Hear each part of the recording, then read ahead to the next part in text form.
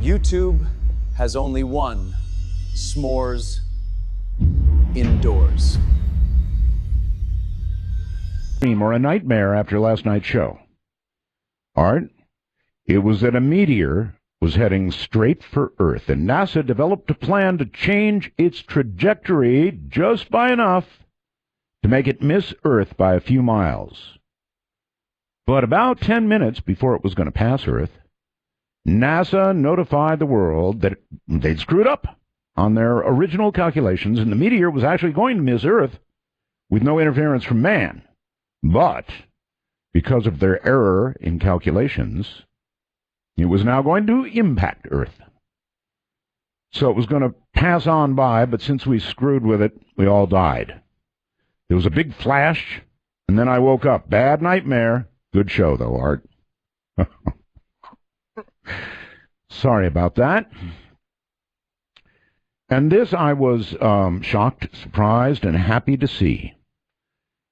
The way the planets influence the flow of dark matter into the sun now may explain one of the biggest mysteries in science, say particle physicists. The sun's 11-year cycle is one of science's greatest mysteries. Astronomers have watched in fascination for centuries now as the number of sunspots increases and then decreases over a regular cycle of almost exactly 11 years. More recently, they seem to have discovered that at the same time, the sun's visible light luminosity changes about 10 to the minus 3, while its X-ray luminosity changes by a factor of 100. So anyway, they're saying that sunspots coming and going, the 11-year cycle, is all produced by what else? Dark matter. Go dark matter. Here's somebody listening to Showstack, Seth Showstack last night. Reminds me of something I'd read about Thomas Jefferson. Back in his day, nobody understood meteors, and scientists didn't believe even first-hand reports. At some point, a couple of scientists from Harvard, I believe, tracked a meteor, recovered it, and proceeded to tell everybody about it. Jefferson's response was, "I'd sooner believe 2 Harvard doctors are lying than to believe rocks fall out of the sky." I value SETI, but, they're searching time as well as space, and they don't know what they're looking for. Thinking that advanced societies use lots of energy is kind of like a 19th century cowboy wondering about the horse poop problem in 21st century New York. And I had a lot of a wormhole stuff about Seth not believing in UFOs and all the rest of it. It's okay. I'm on to Showstack. All right. You now have a very good reason to go to artbell.com. I've really got a good story up there for you. You remember the other night I mentioned that 2 hydrogen bombs had been mistakenly dropped on North Carolina? Didn't go off. Save for one little safety feature that had 3 or 4 volts in the right way and didn't change. There were 4 safety things that would keep a bomb from going off after a B-52 disintegrates in midair and the bombs drop, and 3 of the fail-safes failed. Well, the whole story was sent to me by a listener early today, and I've had Keith post it at artbell.com.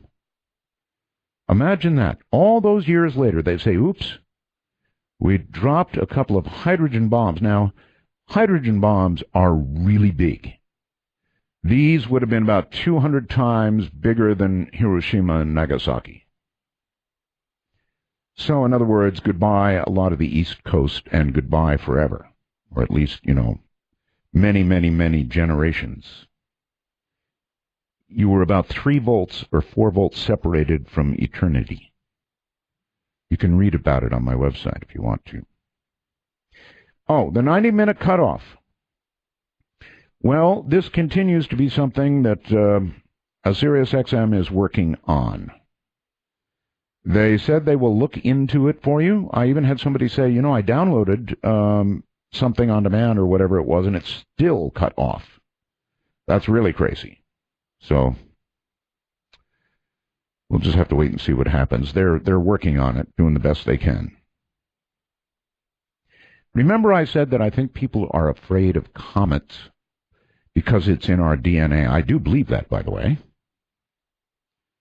I think that we have an innate fear of comets, and I think it's from something that happened to man long ago, and it's in our DNA.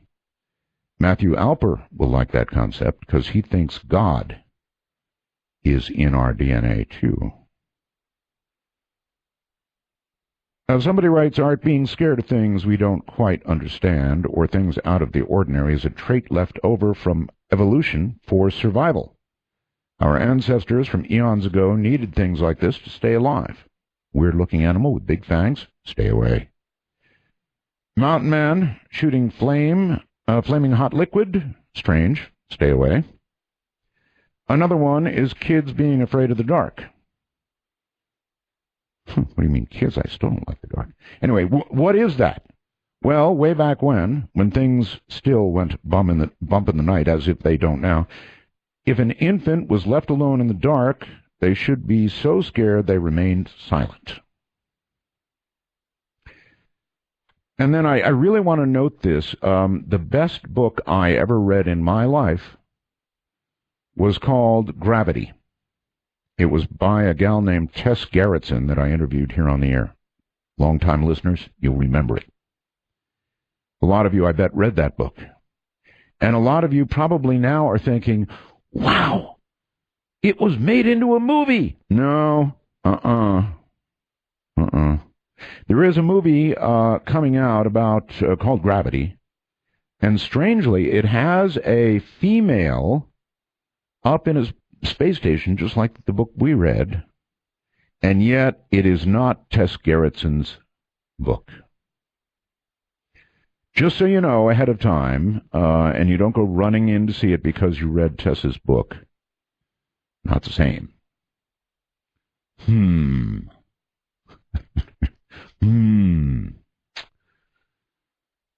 The Navy Yard gunman says that it was ELF that made him do it. Extremely low frequencies. We know that low frequencies do affect humans.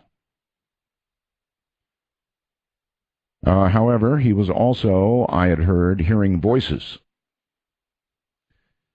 So I'd worry more about the hearing voices part of it. As Al-Qaeda linked terrorists threw grenades, I'm switching over here to real news, and fired automatic weapons, the 3 plainclothes Kenyan police officers, lightly armed, wearing no bulletproof vests whatsoever, helmets, no other protective gear, worked their way to the roof of Nairobi's Westgate Mall and led a group of frightened shoppers to safety. Some malls around the world, by the way, have been scrambling now to add security. Mall guards. You have to wonder, more mall guards. The Iranian president declares he's ready to talk about nuclear stuff. The earthquake in Pakistan, 7.7 I believe it was, raised an island. People were up and walking around on it today. They say it may stay or may not stay. It was stone and bubbling gas that came up out of the seabed. Interesting times we live in, right? With a few words in a largely conciliatory speech to the United Nations, Iran's new president took aim at an Israeli fear that international pressure on Iranian nuclear programs could lead to scrutiny of Israel's own secretive nuclear facilities. And I'm, speaking of things nuclear, how's this for a headline? Nuclear experts, Fukushima Unit 4 has shown signs of collapsing. Underneath buildings, it's become saturated. Known fractures in soil. Large structure already went down at plant after ground was supersaturated and had mudslide in March of 2011. So if number 4's holding apparatus should collapse, that's really, really, really bad news for all of us, potentially. We're going to have some more guests on that kind of thing. What's going on at Fukushima, I have this definite sense, and I'm sure you do too, that we're not being told the whole story. What do you think? Well, all right. Coming up in a moment, Matthew Alper. I want to tell you about and I'm going to pronounce it correctly or else, Senta Ally. Compadre, the Senta Ally. What is this? It's the hardest thing to sell because, I don't know, it's hard to describe. You can go to the C. Crane website and see it. It's about 9 inches long. It's a portable stereo oval cylinder speaker powered with rechargeable batteries that last about 10 hours. And it sounds glorious. Wonderful. You will go, I don't believe it. I simply don't believe the sound coming out of this thing. Now, here's the cool part. It's Bluetooth. What does that mean? It means if you've got a bunch of tunes on your iPod or your cell phone, as long as your cell phone has Bluetooth, and they all do, you just match it up to the Senta, and all your tunes come out sounding like you're in a concert hall. That's really the bottom line. You can take it to picnics. You can take it out back with you. You can put it in another room. Bluetooth will, still feed it. And so anything that comes out of your phone, and that's not all you can hook it up to, of course. You could hook it up to, say, a satellite radio, a tablet, an iPad, whatever. It comes with FM radio built in. I mean, this device is just scary good. You show it to a friend, and you're going to be lucky if they don't walk away with it. That's how good it is. $69.95. $69.95. Man, that is just unbelievable. The prices for what you get here, I don't know. You've got to trust me on these things. When I tell you this is good, it's really, really good. Call C. Crane at 1-800-522-8863. That's 1-800-522-8863. The C. Crane Company and the Senta Ally. How was that? I think I got it. Has been applauded by prominent scientists, academics, and Pulitzer Prize winners.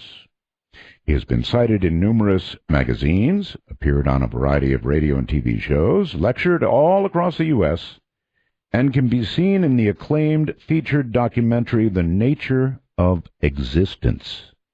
His book is now in 7 languages and has a fan base that extends around the globe. Moreover, The God Part of the Brain is the first book written on the subject and is considered a pioneer work in the new field of study known as neurotheology. And, of course, I want to congratulate him on his recent conversion to becoming a Southern Baptist. What a shock. Matthew, welcome to the show. Thanks for having me.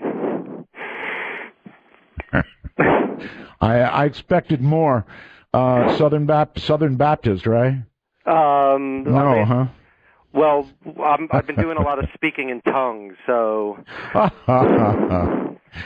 Actually, Matthew is an atheist.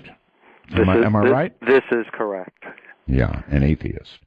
Matthew, at the beginning of the program here... Uh-huh. Well, first of all, it's great to hear you. I guess I ought to get that in. It's been... Same here. Like a lot of years, right? A lot of years. 13, 14, 15 years ago. A third of my life ago, we spoke. Oh, my God. Was it that long? It was. All right. Define for me atheist. Somewhat. Well, actually, there are numerous interpretations. I take a kind of hard line approach. Okay. My definition of atheism is someone who not only does not believe in God, but does not believe in a spiritual realm, period. See, I've gone to like atheist conventions and spoken, and you get a lot of like rah-rah, down with religion, down with the church and the Pope and whatnot, and even down with God. But then if I start probing and asking like, well, who here thinks that they have a soul, hands will still go up. And I'm like, that's not my atheism. So you're a hardline atheist, means no spiritual stuff at all. Zero zip. Buddhists, go away. Everything, I don't care what religion you are, you're not interested.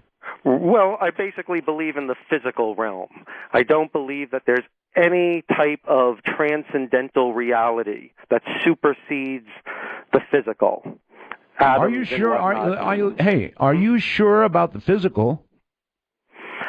Well, I mean, ultimately, I have to go with Socrates. All I know is I know nothing at all. But if I even know anything of anything, I would say that I do believe that there's a physical reality. But sure, this could all be a dream. Yeah, if you found out the whole thing was a matrix, I bet you'd be ticked off. I mean, I could wake up tomorrow and find out I'm Art Bell. I didn't say nightmare. All right, so you believe in essentially nothing. That's fair to say. Nothing spiritual. Nothing that. So then, when you wake up in the morning, what gets you going? Well, that's an easy answer. Coffee. Next question. Okay. Gee, where to go from there? You just blew everybody away. All right, the reason you're here. I mean, we're going to break tonight into two parts, I guess, because you wrote another book. Am I correct? Yes. Though, we can sort of sum that one up more easily. There's so much to cover. It took like eight shows together, 3 to 4 hours each to get through the God part of the brain. So I'm all revved up and ready to tackle that one, but I'd be glad to discuss Icarus of Brooklyn, A Spiritual Quest Gone Wrong, basically the prequel to God part, how I came to writing this book, my own sort of spiritual journey gone awry. All right. There's a couple things I do want to cover before we get to that. One is, you were a tutor in the Philippines? Where in the Philippines? Mostly in Zamboanga City, which is really. Hey, have you seen what's going on there in Zamboanga? Not recently. This was years ago. This was like even before I wrote God part or anything. But even then, it was one of the bases for Abu Sayyaf, which was Al Qaeda in the Pacific. And now there's a full out battle going on there, buddy. Refugees are pouring out. The army's in. They're trying to. It's horrible. It's just a mess right now. Right. Well, even then, the papers were like every day there was, a ongoing beheading. Abu Sayyaf would kidnap the son of some rich family, hold them for ransom, and whether the ransom was paid or not, they would still behead them just to get. Yeah, that's right. I call it head chop country. Yeah. How long were you in the Philippines? Like 5 months. Not too 5 long. months. Yeah. Okay. I was there for years. Oh, really? Anyway, yes, and then you went from being a tutor, which was nice, teaching English, I'm sure, right? Tutoring the son of the family that I was staying at. Oh, I was to be the Aristotle to his Alexander. I see. All right. We got to talk a little bit about this truck smuggler thing in Central Africa. How did you come to that? Well, that was after I was teaching 5th grade in Brooklyn and decided to take off for a year with a friend of mine. And I had gone on a journey after college where I started in Egypt and ended up in Sudan, and there was a meningitis outbreak, had to sort of turn around and never finished the trip, which was supposed to be to South Africa, and kind of weighed on my mind that it was something that I would eventually like to complete. And I was able to convince a friend that it was a wise thing to do, so we took off for a year, and we hooked up with some Brits and started in London. And by the time we got to Burkina Faso, I ended up meeting these Dutch people. We bought a 1952 fire engine from them, and me and my friend Ben decided to continue the journey on our own. And about 4 countries later, in Togo, the truck was breaking down. We were breaking down. We realized there was no way the two of us were going to make it to South Africa, so we started looking around for buyers. And the next thing we knew, we were dealing with these black market characters from Nigeria, and it kind of went from there. Yeah, I know a lot of fifth-grade teachers that have gone on to smuggle trucks in Central Africa. Yeah, I know. It's an old story. Jeez. That's, you've had some adventures in life, and I have too. It makes life a lot more interesting, doesn't it? Exactly. Whether there's a God or no God, adventures make life worth living. So. All right, your phone line is wonderful, but you're kind of coming and going. Try and stay. Okay. I haven't moved, but you let me know. I want to sound loud and clear. Yeah. Oh, it is loud and clear. It just sounds like you get louder sometimes, and then you get away from the phone a little, and then. Okay. All right. All right. So, I guess we asked how you first came to write a book like this. Mm-hmm. Well, and again, to refer back to this new book, Icarus of Brooklyn, which is broken into 3 parts, childhood, adolescence, and adulthood, which is really early adulthood. The book actually only takes me to my 20th year. And it was basically about myself on a quest because I was a curious child. And the moment I kind of put together the fact that, we're all going to die, I had questions. And I was very driven by those questions, probably more than most. And, ended up with a degree in philosophy, which really didn't answer any of my questions. So it was sort of my life's quest, like I'm sure many people, and I eventually resigned myself to the fact that my life quest probably had no answer, at least one that I would ever resolve within my lifetime. But I continued, I persevered, and I continued. I was leaning towards the sciences at that point. And I continued reading as much science as I could get my hands on, from atomic physics to microbiology to cosmology. I wanted to, leave no stone unturned. And somewhere around like age 29, 30, I sort of had a little bit of an epiphany. And did this quest that you were on through college and then, as you just described, did it include investigation of religion? Absolutely, yeah. I was studying world religion, world mythology. I was dropping every psychedelic drug under the sun to see if I could transcend. I was meditating. It's helpful in seeing something, I guess. I don't know, but I'm not sure that it'll lead you to God. Right. It led me to altered states of consciousness, but it never led me to anything that seemed like a definitive proof. Actually, I'll tell you, again, at about age 30, at that point, I was living in Germany working as a screenwriter. And things were going well, but there was always that thorn in the back of my head, just sort of nagging, like, you still haven't figured out God, and you probably never will. But I actually kind of stopped asking. I was just like, all right, philosophy's for children, time to put all that aside and, like, become a member of society, get a roof over my head, pay bills and whatnot. And one night I was working on a screenplay, and I was sitting at the computer, and I don't know, for whatever reason, I was like, you know what, it's been probably a good 5 years since I gave any attention to this question. So I thought, you know what, maybe every 5 years I'll come back to it. So I typed that on the computer. In the last 5 or so years, have I come any closer to coming across anything I could say definitive about God? And I realized there wasn't really anywhere to go with that. I was like, no, I haven't seen any miracles, no visions, none of the above. In other words, to believe you were going to need, I don't know, parting of at least a big lake. Something like that, at least a big lake.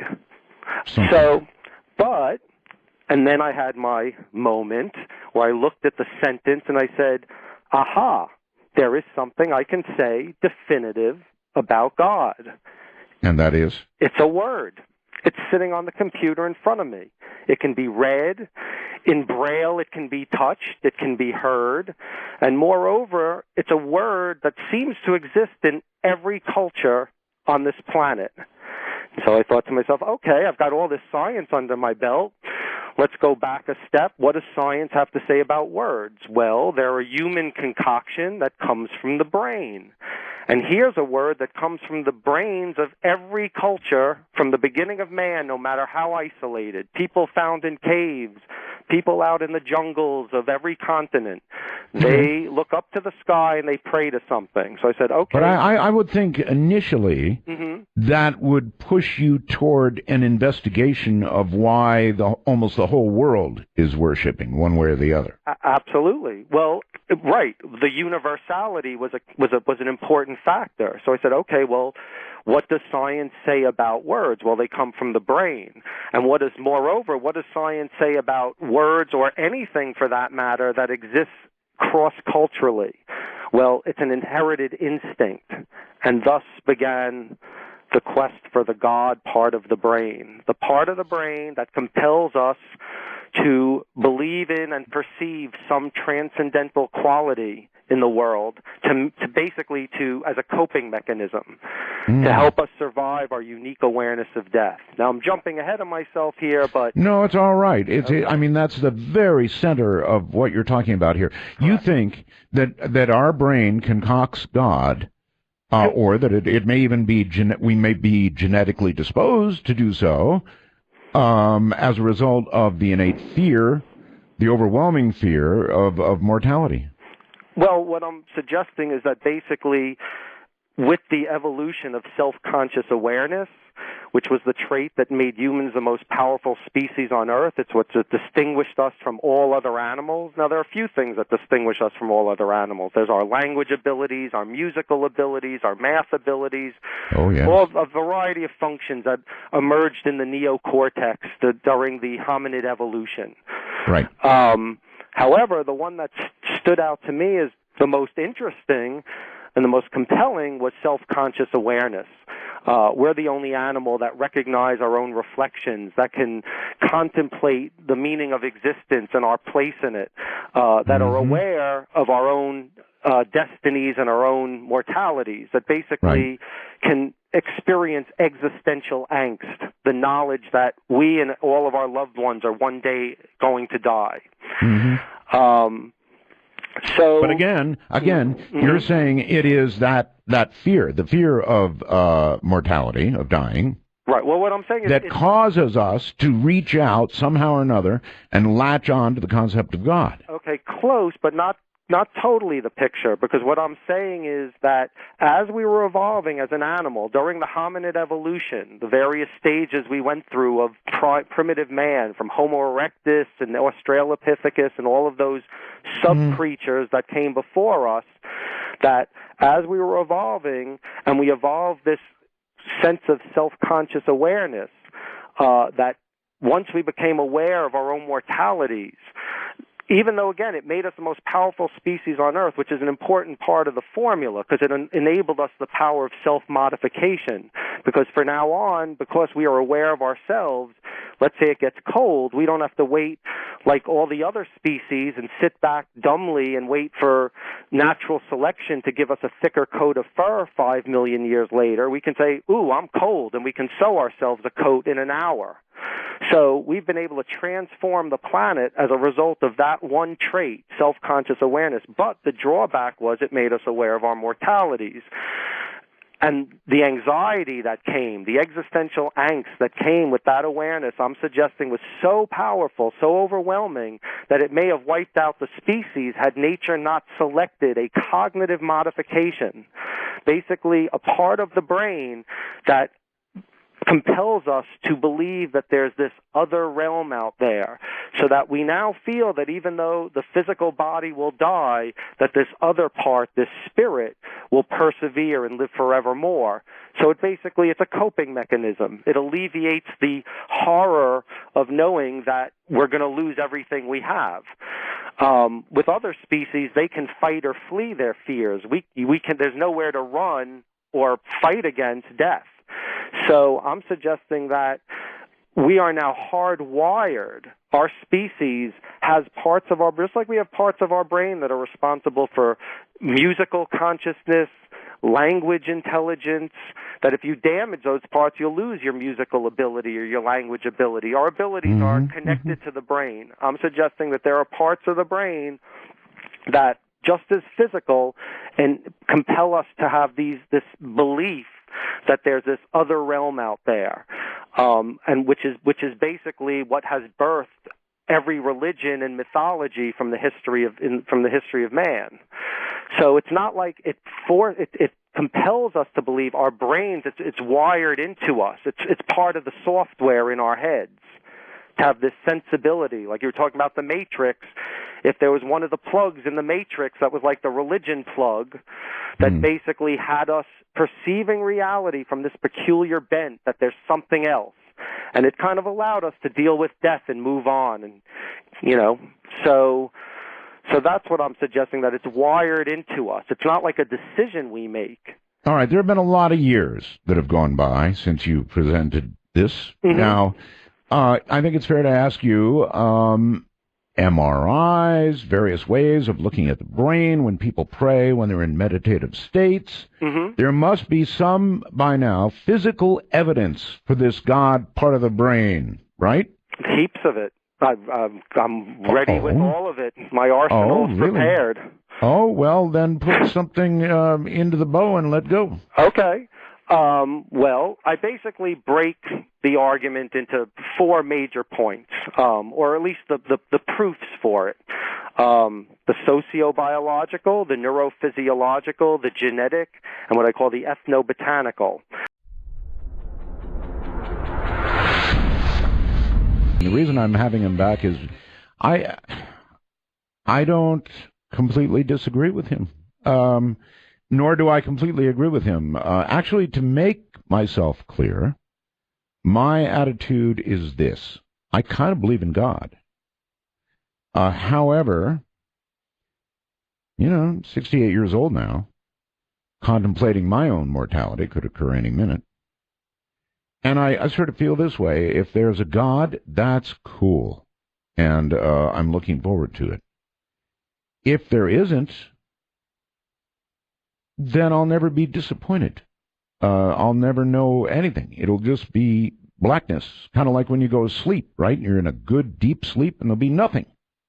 So either there's God, and it's time for a party on up, or there's not, and I won't miss a thing. Matthew, that's kind of where I stand. Now, you stand firmly on the no, there's no God, nor even spiritual stuff is out. Actually, all of it's bunk. So we were getting to the the proof part of this, and so proceed. Okay. I may have thrown out a few fancy words. If I do, I will make sure to explain them. They're easily simplified. So let's start with the sociobiological argument. Sociobiology is basically, it's a science. It's a sort of modern twist on basic Darwinian evolutionary theory. And it basically suggests, whereas Darwinian theory says that any trait that's universal to any species must have a genetic component. So the fact that all cats have whiskers or a tail, or that humans have a nose in the middle of their face, it's not a coincidence. It's because it's in our genetic code, somewhere in our chromosomes, or what we could call nose genes, or basically, every part of us, skin genes, eye genes. Yeah, that's fair. Okay. Right. Right. Otherwise, it would all be chaos. It would just be an accident. We'd all be jumbled up, and there wouldn't be such a thing as species. Right. So, sociobiology basically just says the same thing is true. The same principle applies to universal behaviors. So, for instance, the fact that all dogs bark, or cats meow, or beavers build dams, or honeybees build hexagonal-shaped honeycombs, all of these very specific behaviors, from the zigzag dance of certain fish, which is a 37-degree angle, and then they turn a 41-degree angle, and that's how they mate. Very specific behaviors that are universal to these species, again, suggests that these are built into the animal. It's part of the What was that? genetic code. That was 41 degrees, was that? Yes, 41 degrees. 41 degrees. I sometimes make it 41 degrees. I think that's the stickleback. Yeah, okay. Okay, maybe you're part stickleback.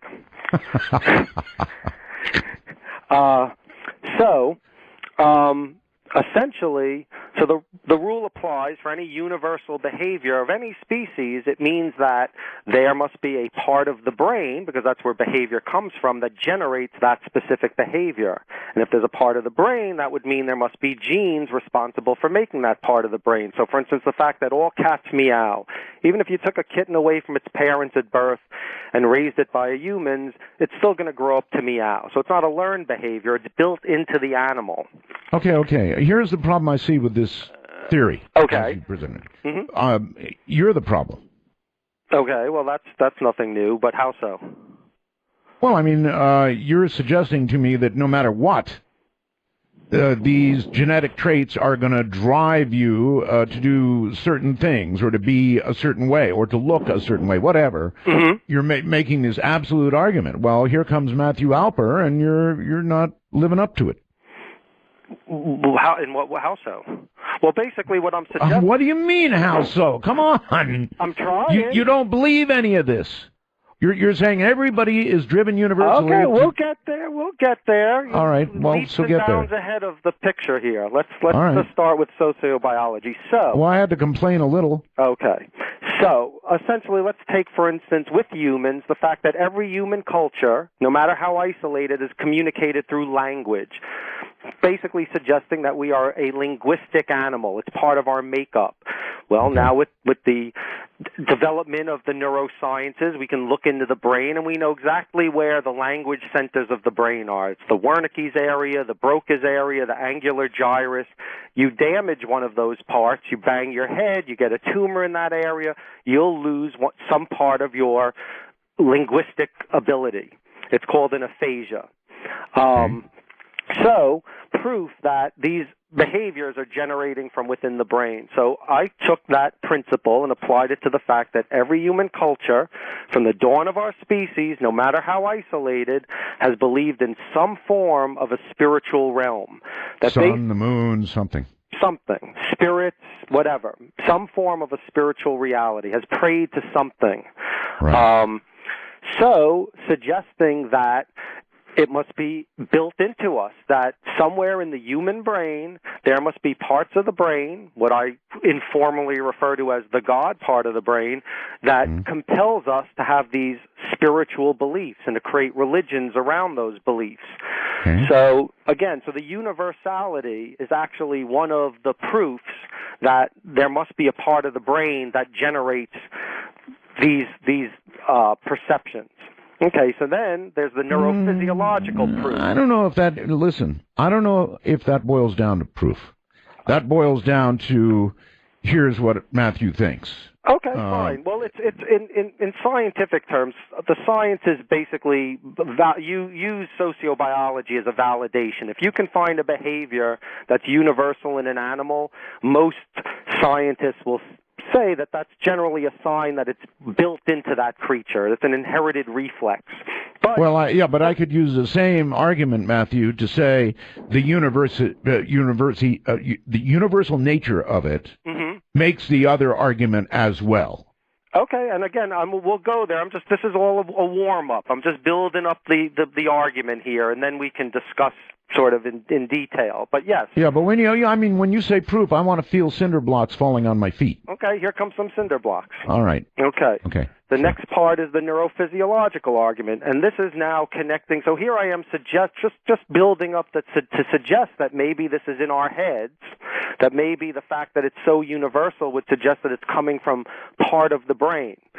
So in the last 20-odd years or so, people have started putting people in the midst of prayer in MRIs.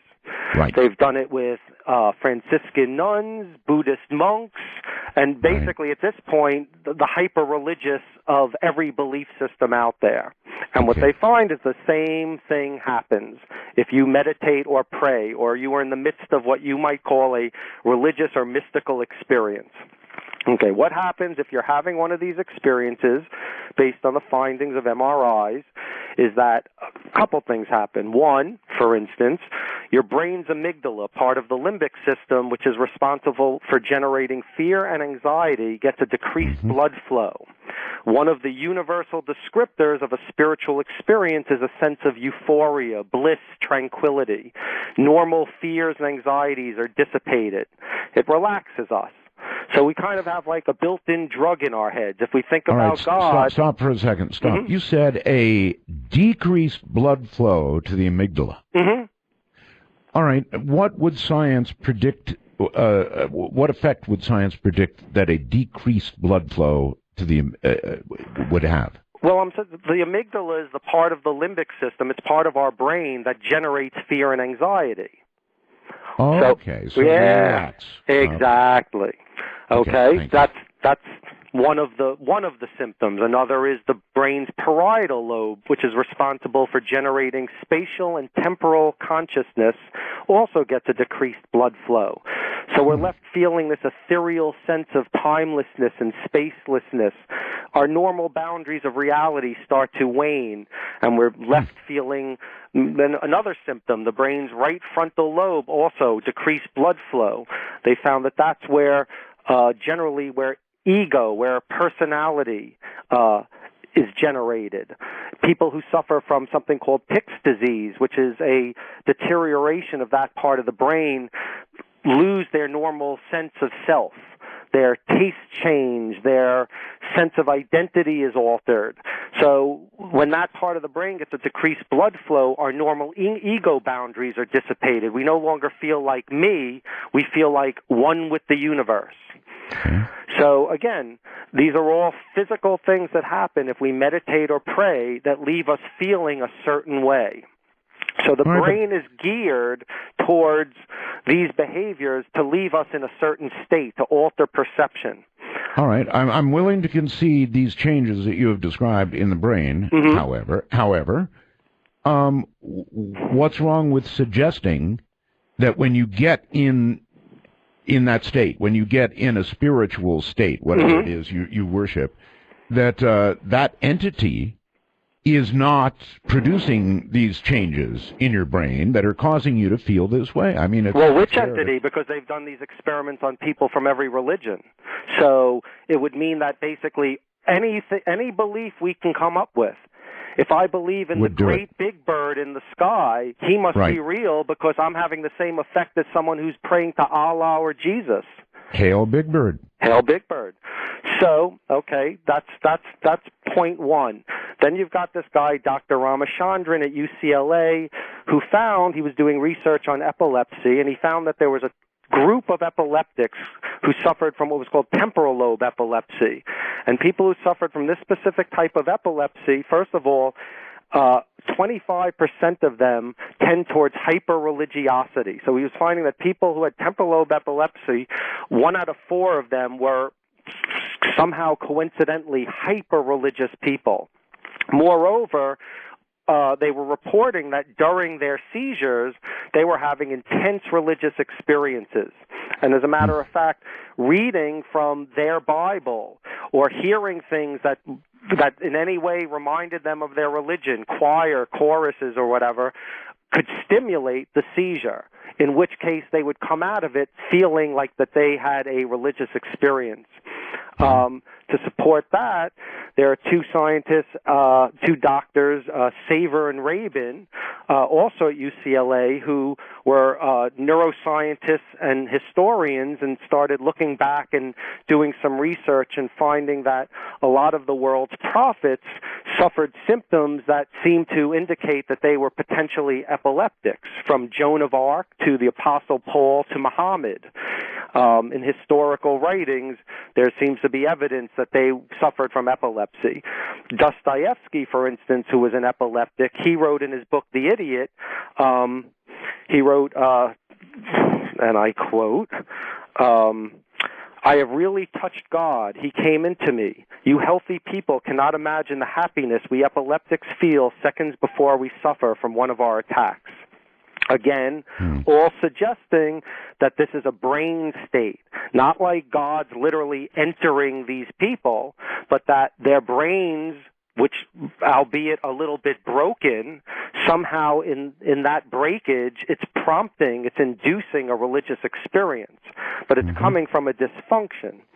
I also believe, and I hate to help you here, but it is true that scientists have been able to electrically stimulate brains in certain areas and produce religious/spiritual experiences, right? Yes, even near death. Yes, well, that's a different phenomenon. What you're talking about is a transcranial magnetic stimulator, which electromagnetically stimulates specific points in the brain, and if you pointed at, like, the temporal lobe, for instance, or some of these other parts, it can induce a religious experience, which eventually I'm going to get to with that ethnobotany, the last proof I'll go to, which is when people take certain drugs or plants to do the same thing. Again, suggesting it's all chemical in nature. But back to the neurophysiological, the same person who was going around with his transcranial magnetic stimulator was also interviewing people, and in his interviews with high school students, he found that 1 out of 5 of them who reportedly said that they were very religious, had also reported that they suffered some type of traumatic brain injury during their lives. This coincides with the work of a Dr. Arnold Sadwin, the former chief of neuropsychiatry at University of Pennsylvania, who was doing research on something called organic psychosyndrome, basically people who suffer from traumatic brain injuries, and it alters their behaviors or their perceptions.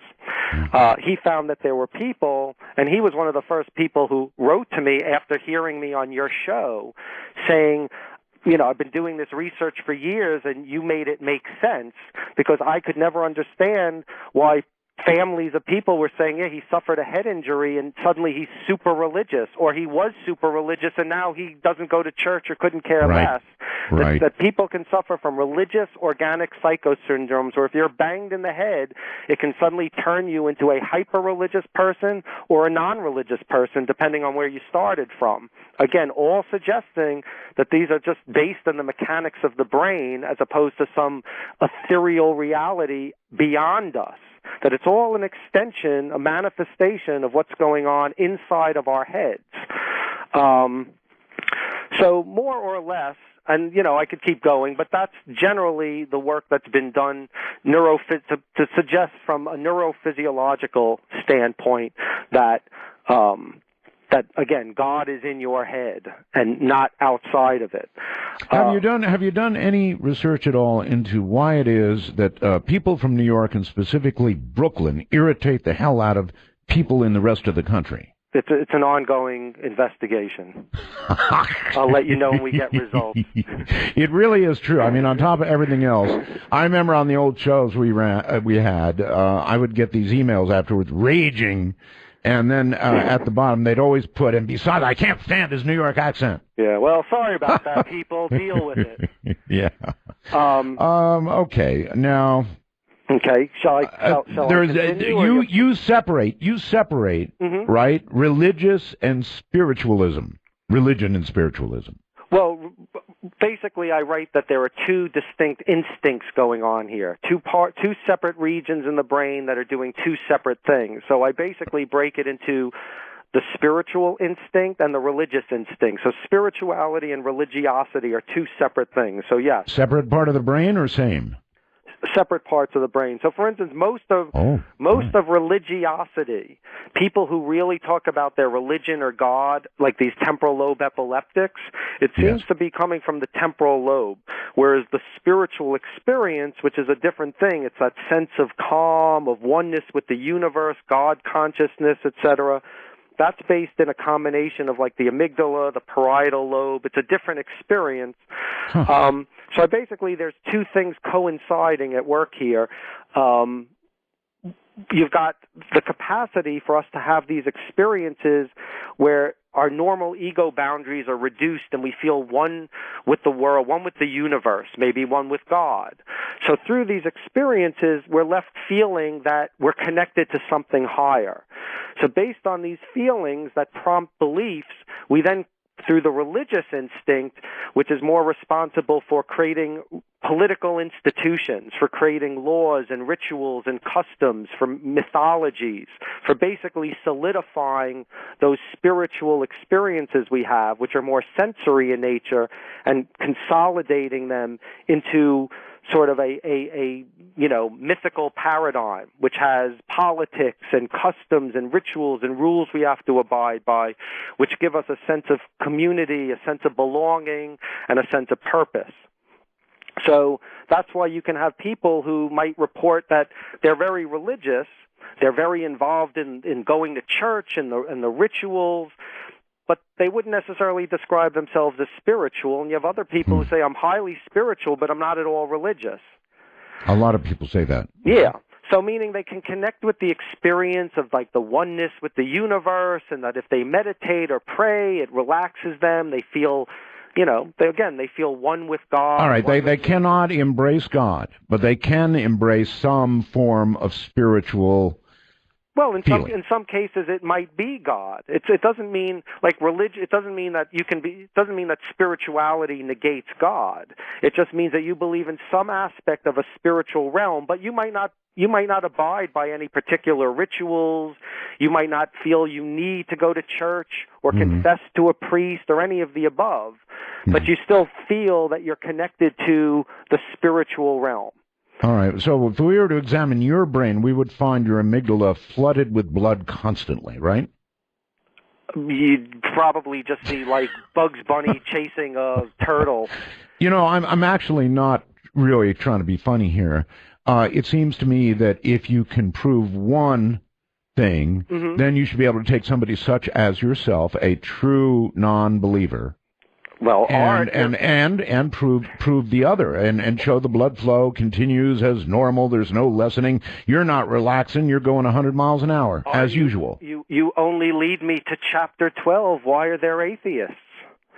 All right, let's jump to chapter 12. Okay. Why are there? Okay.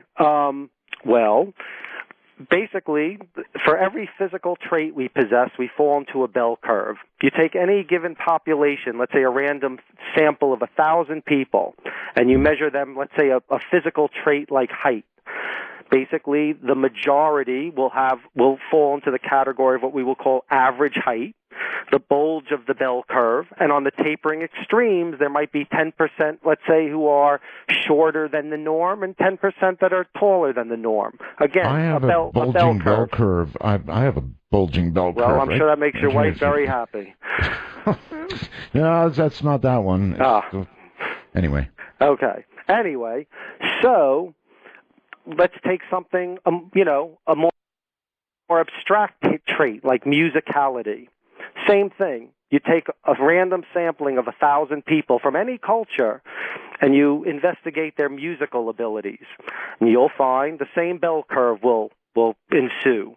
That the average person, the majority of people that you poll, will have what we would call average musical intelligence or musical ability.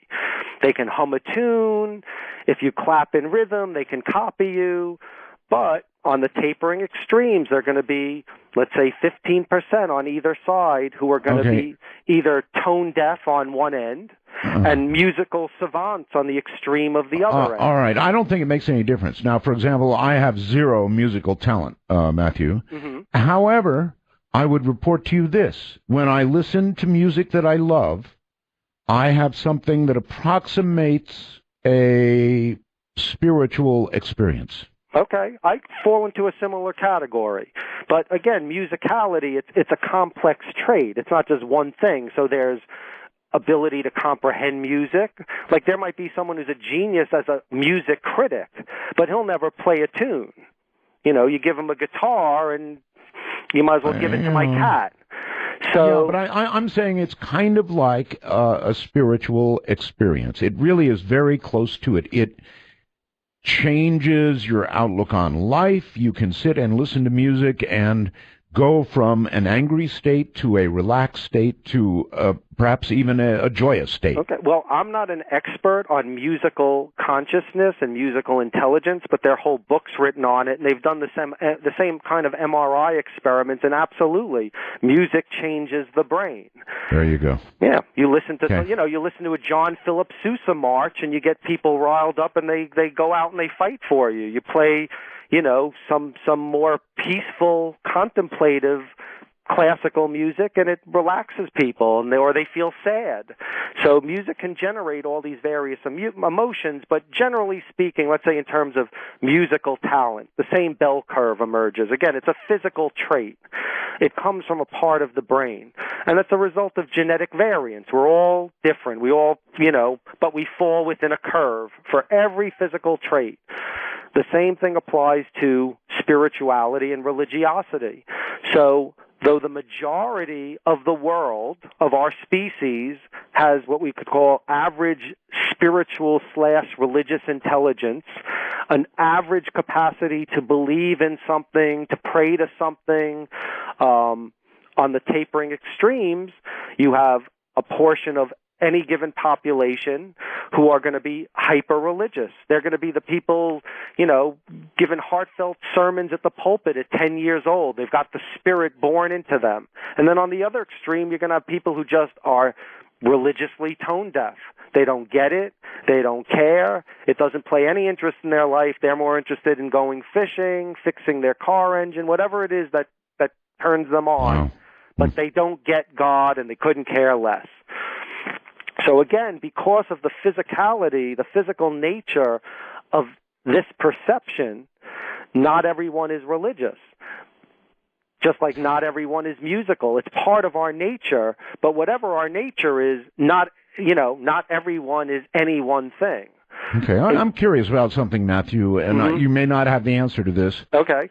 But you are, as your own description, a hardline atheist. Mm-hmm. How many people like yourself in this country do you think there are? I mean, we know, for example, how many Catholics and how many, and so forth and so on. So how many people like you? Well, there's are me, there's Steve, there's this guy Jimmy down the block. No, I was honestly searching. Yeah. They've done studies, and basically percentage of population. How about that? Yeah, but they say that the percent in America, that the percentage of people who claim to be atheists is something like 8%. 8%. Yeah. Interesting. Yeah, 8%. Which would kind of fall into the bell curve, but with most developed Western nations, we are on the low end, whereas most European countries would report something closer to between 20 and 30% of atheism. Is that so? Yeah. As far as developed countries, we are the. How about the Asian countries? Out of curiosity, a lot of them are not believing in one specific religion. They have ancestor worship, all kinds of things. Right. Well, they're as spiritual as everyone, and even, for instance, in China, where religion is condemned, religion is the Communist Party. You're not allowed to have a church there. Right. Nevertheless, as much as you might try to suppress it, same thing as they did in Communist Russia before that fell and is now soon to reemerge. But even in China, they're reported as being some of the most superstitious people on earth. So they've repressed religion, and this tendency, this need to believe in some type of transcendental alternative reality has emerged through superstition. They are heavy into numerology, the luck of numbers, having the right numbers, etc. Oh, yes. Mm-hmm. So it's like, you can only suppress instinct so far. Eventually, the animal in man will emerge somehow. And this is part of the animal man, to be a religious animal. You've got your first love letter here. T wants to know, I'd like to know, is it a prerequisite of atheism to be such a condescending, self-righteous ass? No, that's just me. No, that's just you. People, that you make people very angry, right? Well, I mean, what I'm suggesting here essentially would invalidate anyone's beliefs. Whether you believe in the power of the crystal at your bedside I agree. It does them all in. I absolutely agree. Well, and I do, though, again, the God part of the brain mostly focuses on religious and spiritual consciousness. I do go into certain peripheral items here and there, like music or love, for instance. And I think on one of the first shows, you asked me, well, what about love? Is that also just the mechanics of the brain? Are you saying that there's nothing spiritual about that? And I said, well, give it time, and eventually they will find it's the mechanics of the brain, and since have. So basically, you've got a woman, Dr. Helen Fisher at Rutgers, and it's kind of her specialty. She writes on the neuromechanics of the experience of love, and basically have found that even though lust is governed by the hormones of estrogen and testosterone, the feeling of what we call love, of being bonded by another person, is guided by our neurotransmitters, particularly those of oxytocin and vasopressin. So, for instance, after we have sex with someone, our bodies flood with oxytocin and vasopressin, these two neurotransmitters that make us feel very connected, or what we might call in love with the person we were just with, which was all chemical. All chemical, which would explain why two people who might be utter strangers met drunk in a party one night, and after a night of passionate lovemaking, woke up looking at each other's eyes like, we found the one, even though they might not know each other's last names, maybe even first names, because it's just our chemistry manipulating us and making us have these feelings. Sometimes they end up right at the altar after a spiritual experience. That's right, with Elvis. Moreover, for instance, if you stimulate a woman's nipples, it will also cause the secretion of these neurotransmitters, not just for the sex act, but also if an infant child is suckling at her breast, it will cause the secretion of these neurotransmitters, which will make the mother feel bonded to her child. I'm sure there's other areas we could get to, but I'd rather not. Let me go to near death. I have interviewed so many, Matthew, who had near-death experiences, and they all have sort of the same story. I mean, they clinically die, no more heart pumping, no more anything, some for as long as an hour or more. I mean, serious periods of time, right. And they come back with similar stories. And I refer, of course, to the light at the end of the long tunnel or whatever it is. I refer to relatives who have passed before, and I refer to messages that are given to them in these states. Now, it's pretty strong evidence, frankly, of something or another. What do you think it's evidence of? Well, again, based on research that's now being done in this field, on the sort of the brain science behind religious perception, there's a guy, Dr. Jansen, who his specialty is near-death experiences, and he studied the brains of, basically people having these experiences. And essentially a near-death experience, what it is when you're, first of all, no one has ever clinically died, unless you're a mythical character from Homer's Odyssey. Nobody died. Your heart might have stopped, but your heart's just a pump. It's just an organ that's a pump, like a bike pump. All it's doing is getting oxygen to your cells. If your brain has stopped, if your brain has not received oxygen for, let's say, 10 minutes, and then you came back, then you can tell a story. But okay. Oh, Matthew, it's happened. Okay, well, I'm sorry, it's happened. Absolutely, it's happened in longer than 10 minutes. All right, well, the medical community would probably disagree, but fine. No, Regardless, this guy Jansen has found that what happens is if you are getting a decreased blood flow to the brain, so you suffer a heart attack, your heart starts pumping that blood, you are in an accident, you're gushing blood, so you're not getting the same amount. You have low oxygen levels to your brain. Your brain will secrete a neurotransmitter called glutamate. Glutamate is very similar to the drug ketamine, which is a psychedelic. And basically, thank God for glutamate, right? Huh?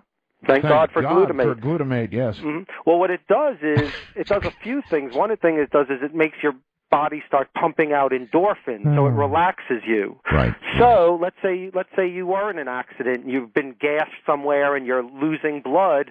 Your heart will relax. Instead of panicking, your heart pumps faster. You die quicker. You relax. Your heart slows down. You don't lose blood as quickly. So it's all just the mechanics of the body trying to keep us alive. Nice little evolutionary trick. But they've not only have they found that this is what happens with the secretion of glutamate, but they have used ketamine to induce the same experience, because the chemical bond of ketamine is similar to glutamate.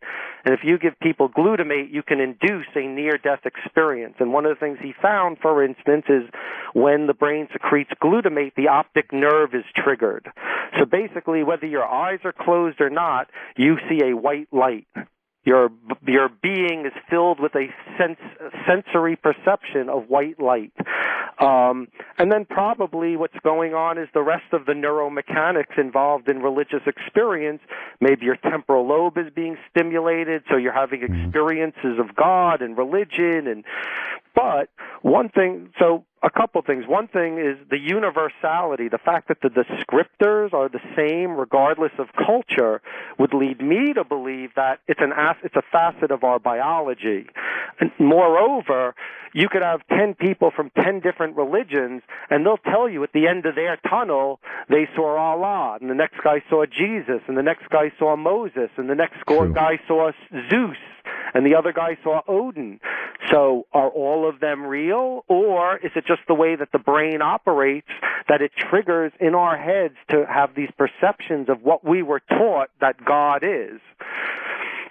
So again, for me, the argument falls in favor of that it's all neuromechanical. It's not like we're actually getting a visitation like some, the Holy Ghost out there of every religion knows that you're on the brink of death and comes and visits you by, suddenly you see white light. I think that's a fair comment. I mean, that each religion sees its own savior. It's true. Right. So either they're all real or none of them are real. True. Well. And again, so then that must mean that the great big bird is also out there, because that's who I see when I shoot up ketamine for recreational reasons. You really see Big Bird? Well, no, but makes good radio. Out of curiosity, idle curiosity, what do you see? Have you had any experiences that? Well, and again, this is all stuff that I discuss in Icarus of Brooklyn, the prequel follow-up to God part, in which I discuss my drug experiences. There's a chapter, Drugs and Meditation, and the chapter after that is called LSD. I was exploring all sorts of psychedelics with the hopes. Again, not that I expect this to curb the flow of love letters, as you call them, but, I want people to realize that I was just a guy looking like anyone else to find God. I was hopeful that he was out there. I mean, heck, if right now I had the option between immortality in another 30 or so odd years and then nothingness forevermore, I mean, heck, I'll take eternity. That could be interesting. Like, I don't. You know what? Part of me hears a little bit of kink in your armor. Okay. You like whips and chains? Kind of wish you would discover it. Yeah. Is that there? Do you admit to a little? Well, I wish it was there. I wish I could find it. Well, no, I don't believe I will, because I believe that I've done ample research in this direction, and I am convinced, just as I am with most of the principles of scientific theory, be it evolutionary. Can one ever do enough ketamine? Do enough ketamine? Meaning what? Well, I don't play with ketamine. I mean, no. No. Maybe if I were younger and it were out there, it didn't come out. What you said, Sorry. No, I was done with my experimentation at age 19. I ended up having a very bad LSD trip that basically landed me in a mental hospital. So, and I learned a lot about the chemistry of the brain while I was there. Well, now, wait a minute. Let's go back to an earlier segment. You said you had a bad LSD trip, landed you in a mental hospital. Yeah. But you also said that when people get damage to their brain, that suddenly they can come out thinking an entirely new thing, not believing in God, or suddenly believing in God, or having a total conversion. Let's talk damage here, LSD damage. Right. Well, first of all, I mean, generally, that with organic psychosyndromes, they're usually not chemical. They're usually like head trauma, like being bashed in the head, like a fall or a car accident. Chemically induced changes, I don't know if there's really much. I don't think that there's... Oh, come on. We're nothing but chemistry. But that's not how it happened to me anyway. It's not like I had a bad LSD trip and suddenly I woke up and I was an atheist one day. No, when I finally came out of this bad trip with the help of psychopharmacological drugs, right. I was basically restored to my old self, which was a guy who was questioning. And I continued to question thereafter, but I now had a little bit more information about how the brain works and the chemistry of the brain. So it's I had to ask. Sure. No, it's a good question. It's a very good question. Bear with me. I'm not very reverent. Okay, so anyway, on near death, You're saying it's all chemical. It's just purely chemical. Well, basically, I'm saying all of our religious and spiritual experiences are chemical in nature. They're all coming from the neurochemistry, the neuromechanics of the brain. So, for instance, I was going through my initial proofs or arguments to validate this notion of a God part of the brain, and I went through the sociobiological and neurophysiological, but I didn't get to finish. So let me, if I can quickly stick those in there. Sure, There's also the genetic argument, and like I said, what I call the ethnobotanical. The ethnobotanical is relevant at this point because basically ethnobotany is the study of cultures and their use of various plants, and for any number of reasons, including part of their religious experience. Sure.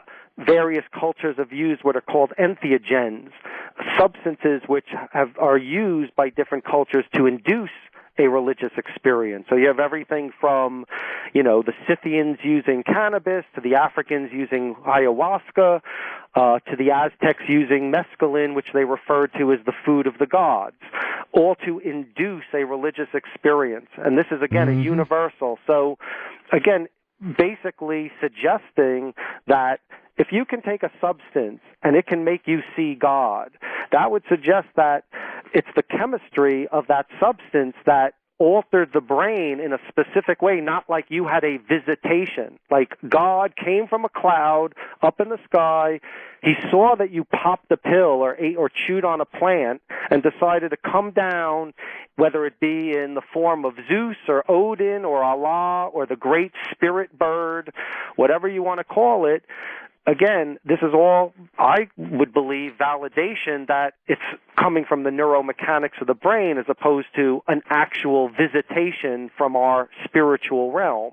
All right, but just because you took a shroom and suddenly you feel very religious or you feel very spiritual, that doesn't negate the possibility of there still being a God, and the mushroom just caused you to appreciate it more, and it was just an aid to what's already there. Okay, and again, I'll bring up again the fact that these chemicals have been used to induce religious experience of a variety of religions. But that might be all right. It just might be an aid. Just like smoking a little pot makes music sound better, right? Absolutely. And I agree. But the thing is, the burden of proof, you can never, look, nothing that I write or say or investigate could ever, with absolute certainty negate the existence of a spiritual realm. So, for instance, right now as I speak, there might be some magical, invisible leprechaun dancing on my head, and I could never prove that there isn't. But the burden of proof should lie in that there is, because it's an absurdity to expect. Again, one can't, through proof, negate the existence of things. You can only prove the existence. So, if I were going to believe in something, if I were going to dedicate my life to the belief in something, I wouldn't, put the burden of proof saying, well, why do I put all of my energy into believing, let's say, in the dancing leprechaun? Simply because you can't prove he's not there. I would hope that that I'd be able to say, well, let me tell you 50 ways where I can prove, not say I felt him or I saw him, but I can prove, just like I can prove 1 + 1 is 2, or that if I turn the key on my car ignition, the car starts. So again, absolutely nothing I say will ever negate the existence of God. These are just... Well, and having said that, how can you not admit to a little chink in what you said was absolute? In other words, sure, you're an atheist. Well, to me, well, these are just like necessary disclaimers. I mean, even in the sciences, look, we use science for all of our technologies are built on science. We go to doctors, we take medications, we get heart transplants, we fly on airplanes. Right now on the phone we're using, it's a scientific technology. If it weren't for science, we wouldn't be talking right now. So, nevertheless, within the sciences, there are only 5 laws, the laws of thermodynamics. Everything else is considered a theory. So the theory of electromagnetism gave birth to the phone that we're on. So it's all theory. So as a scientist, I have to allow for the disclaimer that, look, as Einstein said, it takes 1 million proofs to prove a theory right. It only takes 1 to prove a theory wrong. So, for instance, if tomorrow the sun does not set in the west, boom, there goes the whole theory of the earth turning around the sun, etc. It just takes 1 to make it go wrong. And that, again, as a scientist, I feel responsible to put that disclaimer out there, but still, I just as much as I believe that when this phone rang and I pick it up, that Art Bell's going to be on the other end, or at least that the phone's operating, or if I flip this light switch next to me that the light will go off, I have faith that the light will go off. But before I flip it, if you say, do you know 100% absolutely that the light will go off? I'd say, no, I feel 99.9999% that the light will go off. Yes. Are both your parents alive still, Matthew? Yes. They are. Okay. How about your grandma? No. All of my grandparents are gone. All right. So if you were to suddenly seize up, drop on the floor, see the light, talk with your grandmother, who would sit you down and say things to you that she never said when she was alive, and you came back.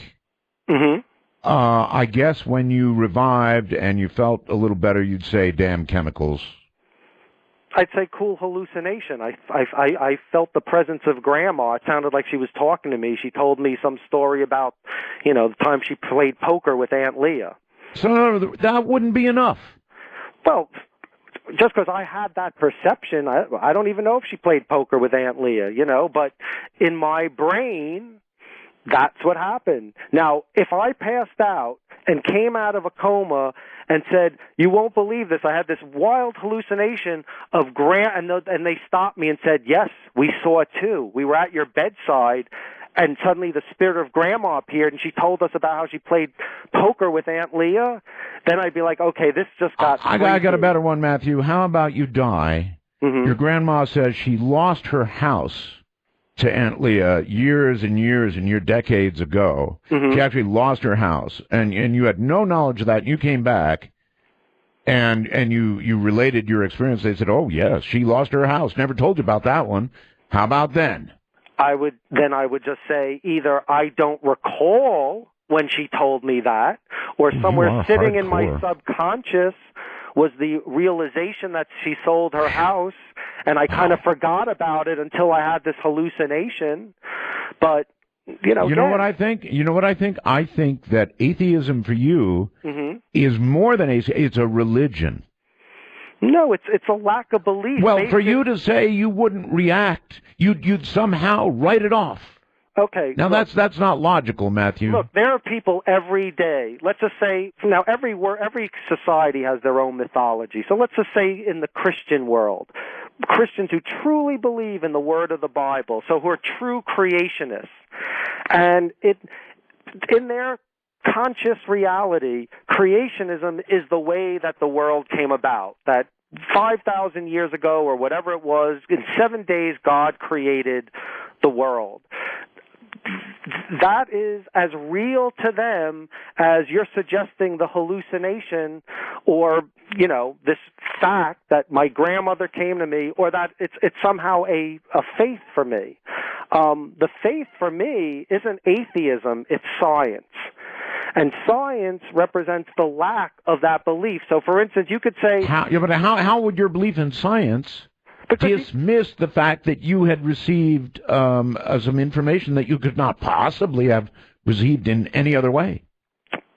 Because I wouldn't put that much faith in not possible to receive. Again, our heads are full with so much subconscious information, stuff that we forgot, that if we're reminded of today, we might think it was new. Or I might just distrust the person who's saying it. Maybe they want attention, so they're going to say, yeah, I had a visit. I know that I died and I had a visitation by my grandma. But you could say, like, for instance, evolutionary theory, the opposing belief over creationism. You could say, oh, well, I think that's your religion. And I'd say, no, it's not. It's just something I have faith in because it follows a certain logical order that I have put my faith in. So just because I don't believe in creationism, it doesn't mean, which for some people that is their religion, that is their belief. Just because I don't believe in their belief, it doesn't mean my belief becomes a religion. It almost does, Matthew, when you say that you would ignore the science of having received a fact you could not have received any other way. You would ignore it and have faith in your atheism. No, I would have faith in the fact that... Because you'd write it off. You'd write it off, right? You'd find a way to dismiss it. Well, what are the odds that Grandma lost her house and you hallucinated that information that you didn't know? I mean, come on. I am just like I am so convinced by evolutionary theory over creationism, so convinced that nothing could happen that would make me believe in creationism. Obviously. Right, okay. For the same reason, and again, based on all of this very thorough research that I've done, I have such faith in this notion that it's all based in our brain, it's all perceptual, that even if it was something as specific that I came out of a coma and was like, I don't know, numbers 8, 7, 5, and let's say listed a length of 20 numbers, and my mother turned to me and said, oh my God, that was your grandmother's Social Security number and her something else number. How did you know that? And I said, I don't know. I had some when I was out cold, Grandma came to me and she told me those numbers. Well, all right, let's add to it then. Let's say you take those numbers after disclaiming it all, and you go down to the corner store and you bet those numbers and you hit the lottery for about $800 million. I would just say that was tremendous luck. In other words, there is nothing that would cause you to change your root belief system. And that's a religion, buddy. If God sits me on his lap, signs his autograph, and the members of all the Supreme Court justices stand around observing it and notarize the autograph as authentic, I'll think about it.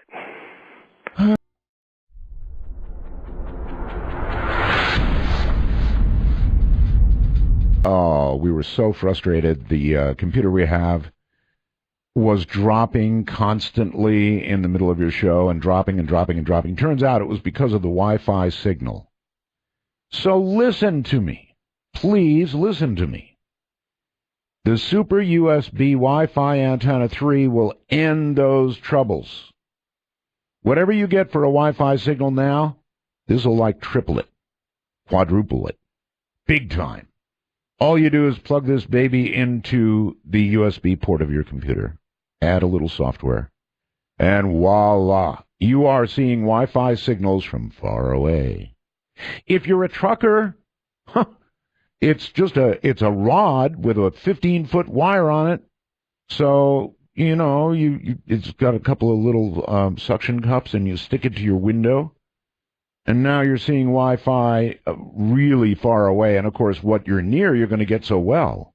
So whether it's at home or you're in a truck, I don't care where you are, the USB Wi-Fi antenna, C. Crane's version of it, will put everything else into the dirt. And it's only $99.95. So, as usual, I say, trust me on this. I've been, with C. Crane for a long time. I know what I'm talking about. They know what they're doing. Order it. You can go to the C. Crane website, ccrane.com, or you can call them right now. They have operators probably sitting there. Everybody says standing by. I know better than that. They're sitting around. It's 800-522-8863, and you can call now. 1-800-522-8863. C. Crane Wi-Fi antenna. Order one, you'll be a happy camper. All right, Matthew, here we are again. Here we are. Here we are. I thought you sell that antenna like someone who has faith in science. Makes me wonder. I do have faith in science, Matthew. Believe me, I do. I'm so totally into science. But that doesn't, it isn't where it stops. I mean, for you, it's like there's a wall there. Science is science, and then there's a wall, and you won't even look on the other side of it. Believe me, I have looked over that wall. It's just that there's nothing there. I spent a good portion of my life looking over the wall, looking through the wall, under the wall, into the wall. Brain damage. Must be. All right. Let's talk for a second. I mean, on this program, I talk a lot about the possibility or even probability of extraterrestrial life. Whether we'll hear from it, I did a show last night on that, whether we're going to hear signals eventually or not, whether we are being visited here on Earth. People have seen a lot of things, Matthew. People have been abducted. People have met these creatures. I'm curious. What's your take? Okay. Well, first of all, even just the language used, people have been abducted. People, the way I would phrase it, people have claimed to be abducted. Think of all the claims people make on a given day, that if you buy their product, they'll make you live longer, or any number of things. There are prisons full of people with claims of things that aren't real, and there are people out of prison who are full of claims of things that aren't real.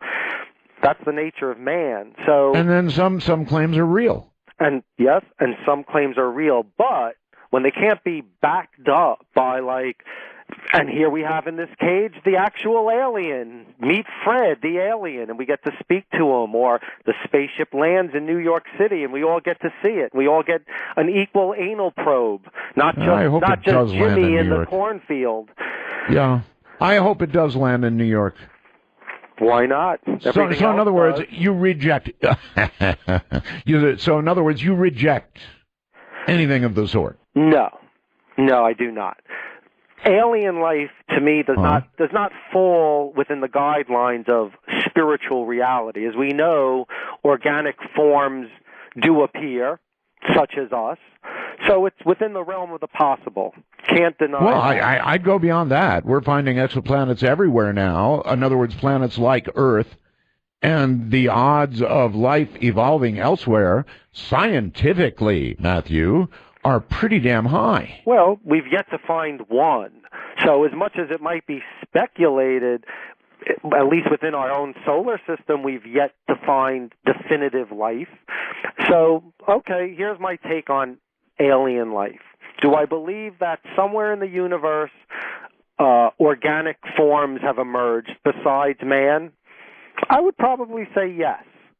Do I Wow. think intelligent life has formed comparable to man? Even possible. Do I think we will ever meet any of them? That I do not believe. And here's my reasoning. Just based in the physics. Now, of course, you can negate all of this with time travel and space machines and magic wands that make you move from galaxy to galaxy in a second, but based on physics as I understand it, based on the principles of thermodynamics, this is the problem that I see. Let's take the closest star to Earth, Alpha Centauri. Alpha Centauri is 4.2 light years away, and it's the closest star. So it's the closest possible solar system where other life could emerge. Is it likely that it's emerged in, coincidentally, the nearest star to us? Probably not. But let's even take the nearest star and work with that. 4.2 light years away. Well, light travels 186,000 miles per second, making a light year equal to approximately 6 trillion miles. That makes Alpha Centauri approximately 25 trillion miles away. The closest solar system to Earth, to our solar system. At that distance, if you were to take the fastest spacecraft that humans have created, which was the Voyager, at the speed of the Voyager, it would take 75,000 years for a craft to go from Earth to Alpha Centauri. And again, this is giving a leap that we're even going to say, let's say there's life on Alpha Centauri in one of the planets in its solar system. Even Probably intelligent not. life.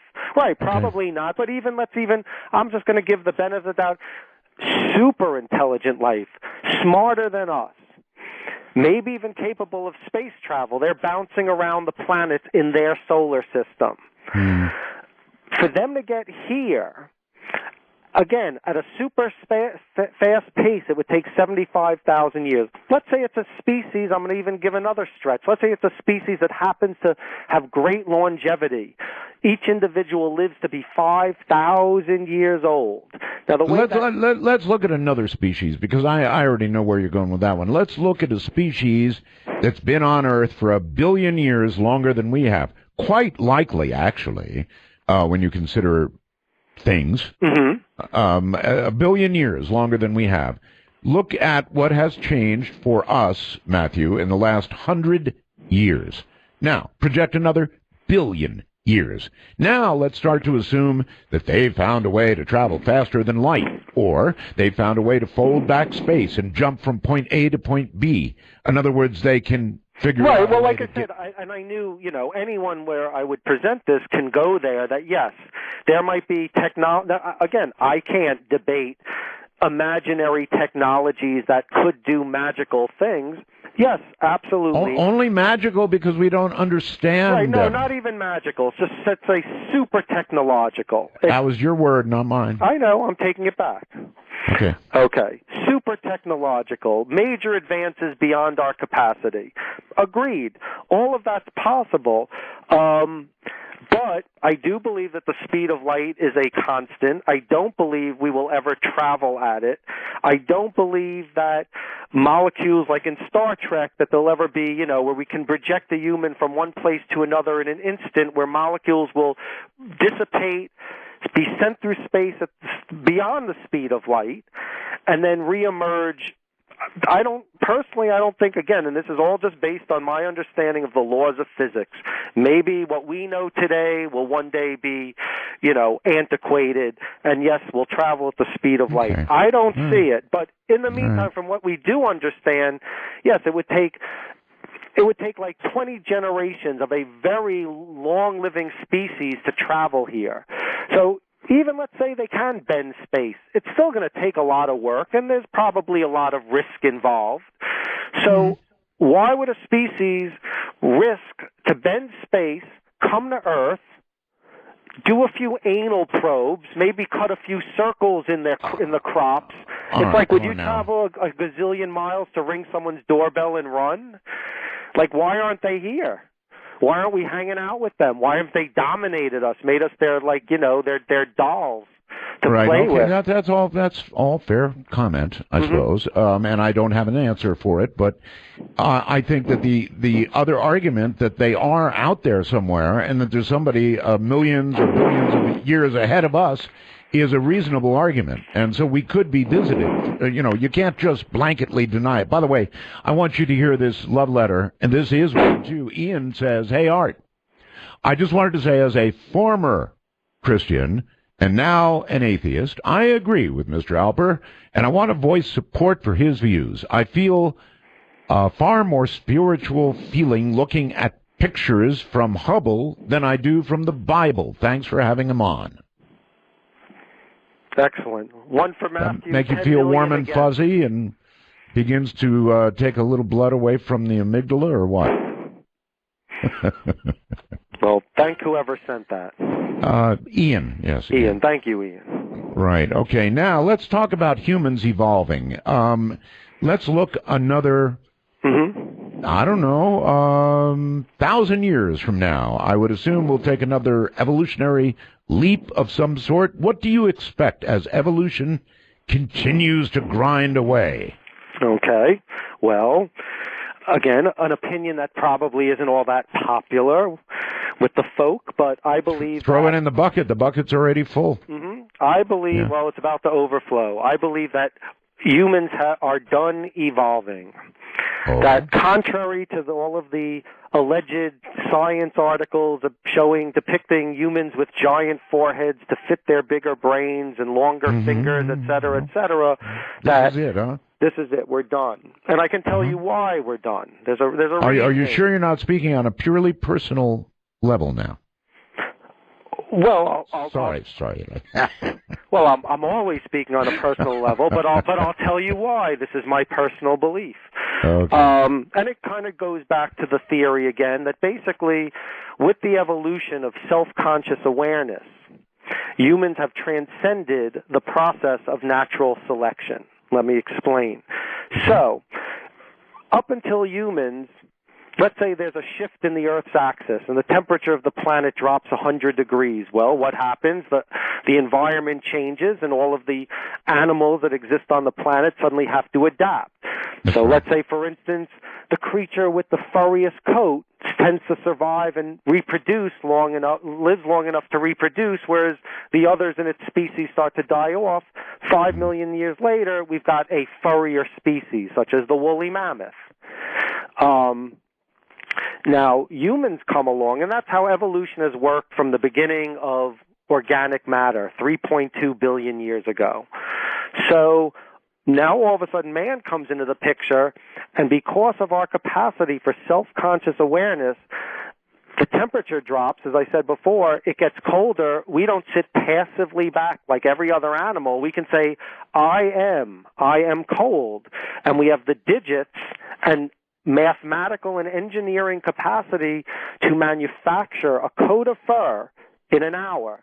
And that applies to every possible technology. If we look up at the sky and say, oh, look at those lucky birds, think how advantageous it would be to fly. Boom, we build wings.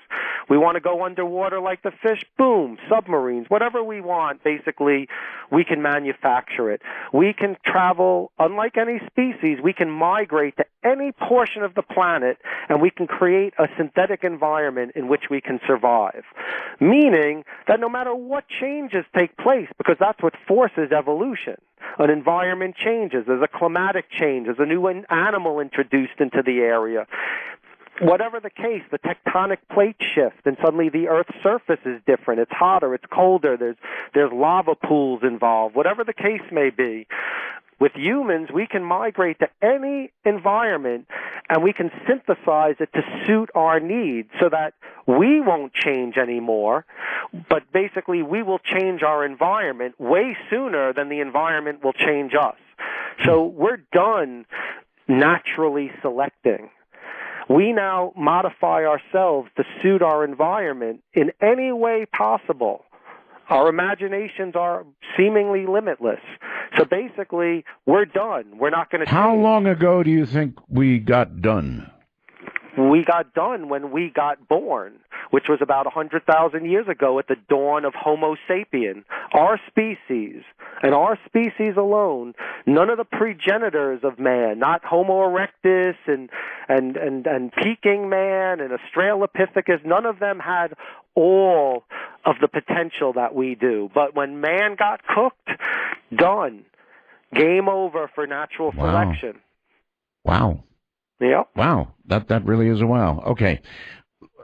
Just for the sake of time here, let me move on. Okay. There's been study after study after study showing, interestingly, that when a group of people pray for somebody, it has a measurable, actual effect. Now, these are double-blind studies, and I wonder how that information gets digested by Matthew Alper. I would put it into the category of charlatanism.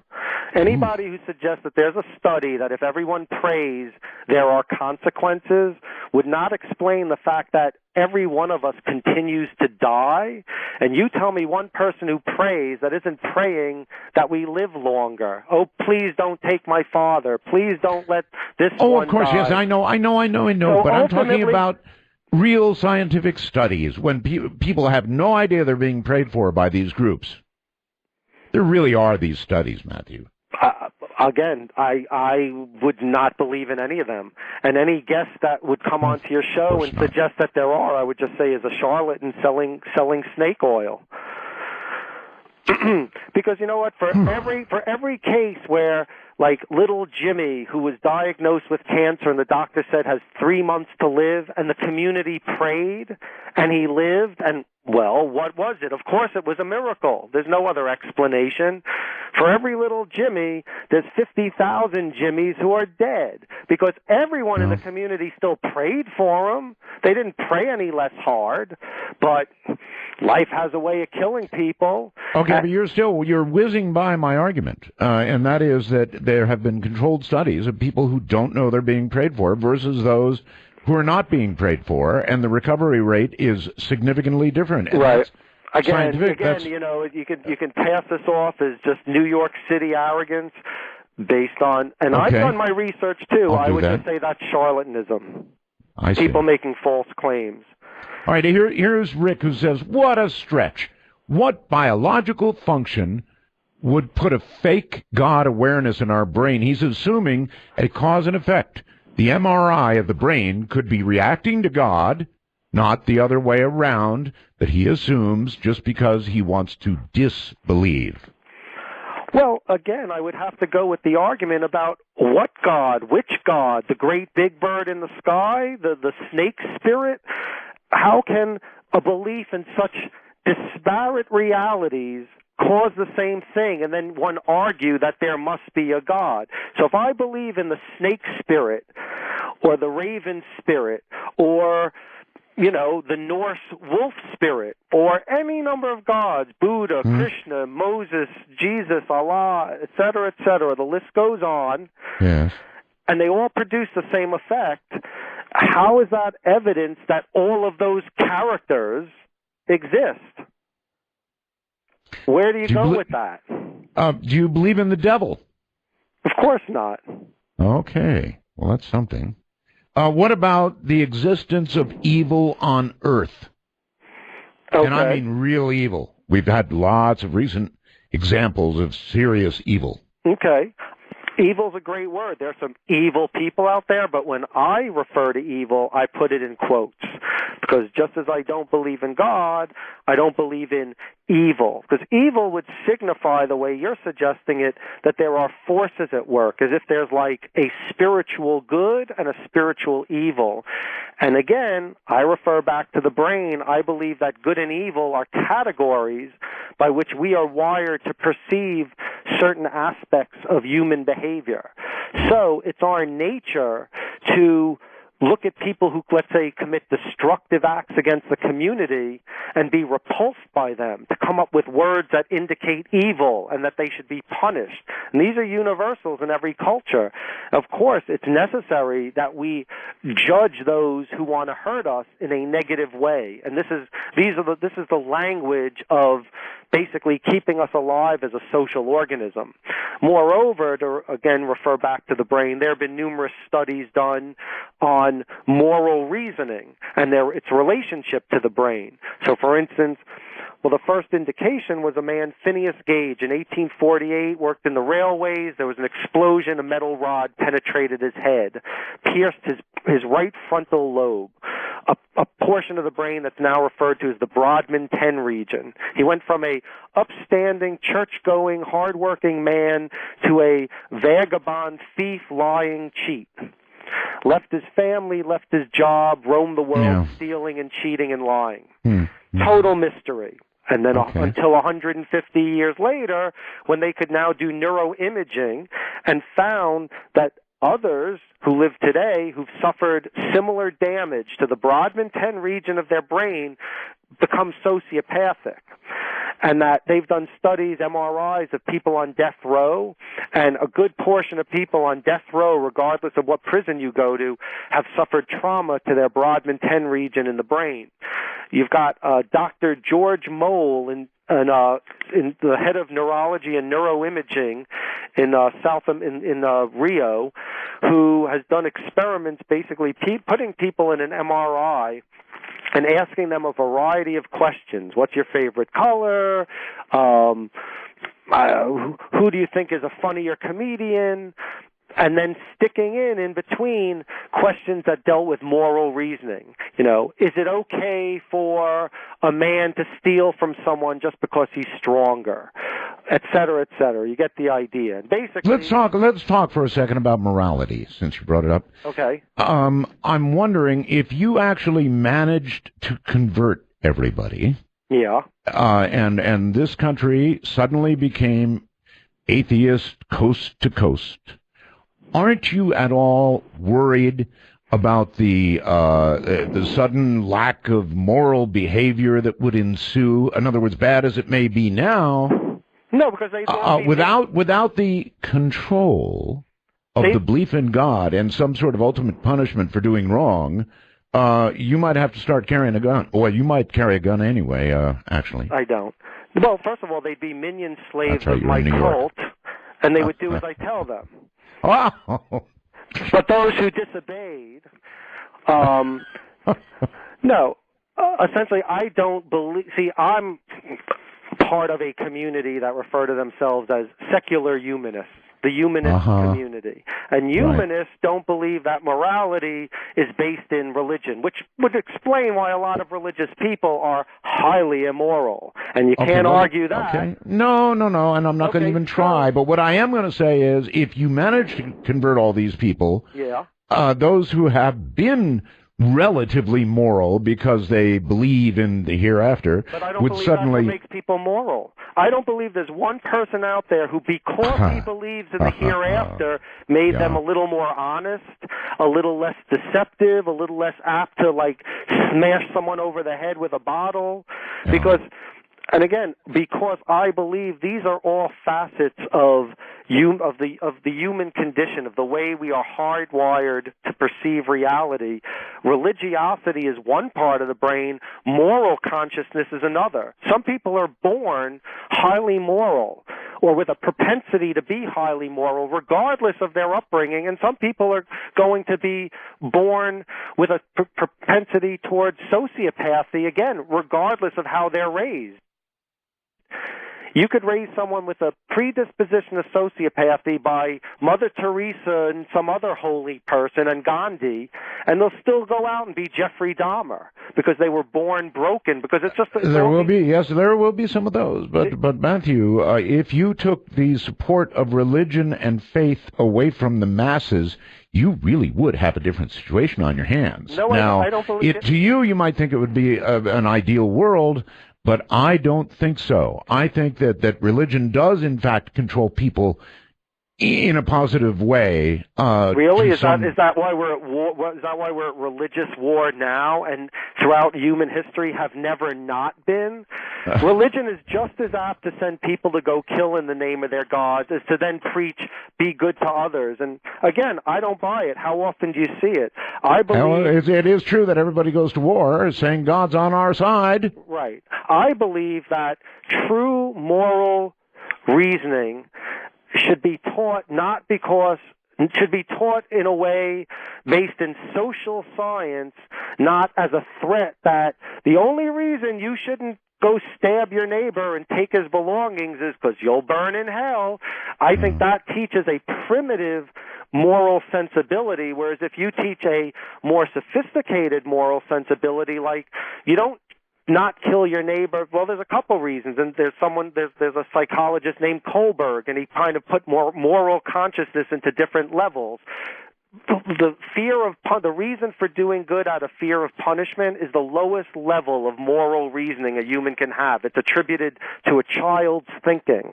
Nevertheless, if it achieves the behavior, then you have to imagine if it were taken away, what you would end up with. Listen, hold on. Mm-hmm. We need to do a couple things here, Matthew. Okay. One is we need to open up the lines. Okay. So that's what we're going to do. We're going to open up the phone lines. Yep. Right now. Okay. And would love to have you call now. I am going to go to the little extra mile here to ask you to be polite. In other words, argue with Matthew all you want, but try and be civil. All right? Here are the numbers for dark matter, and I'm sure you would like to get to Matthew.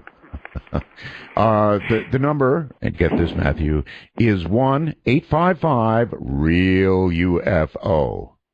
I say again, 855-REAL-UFO, or 855-732-583.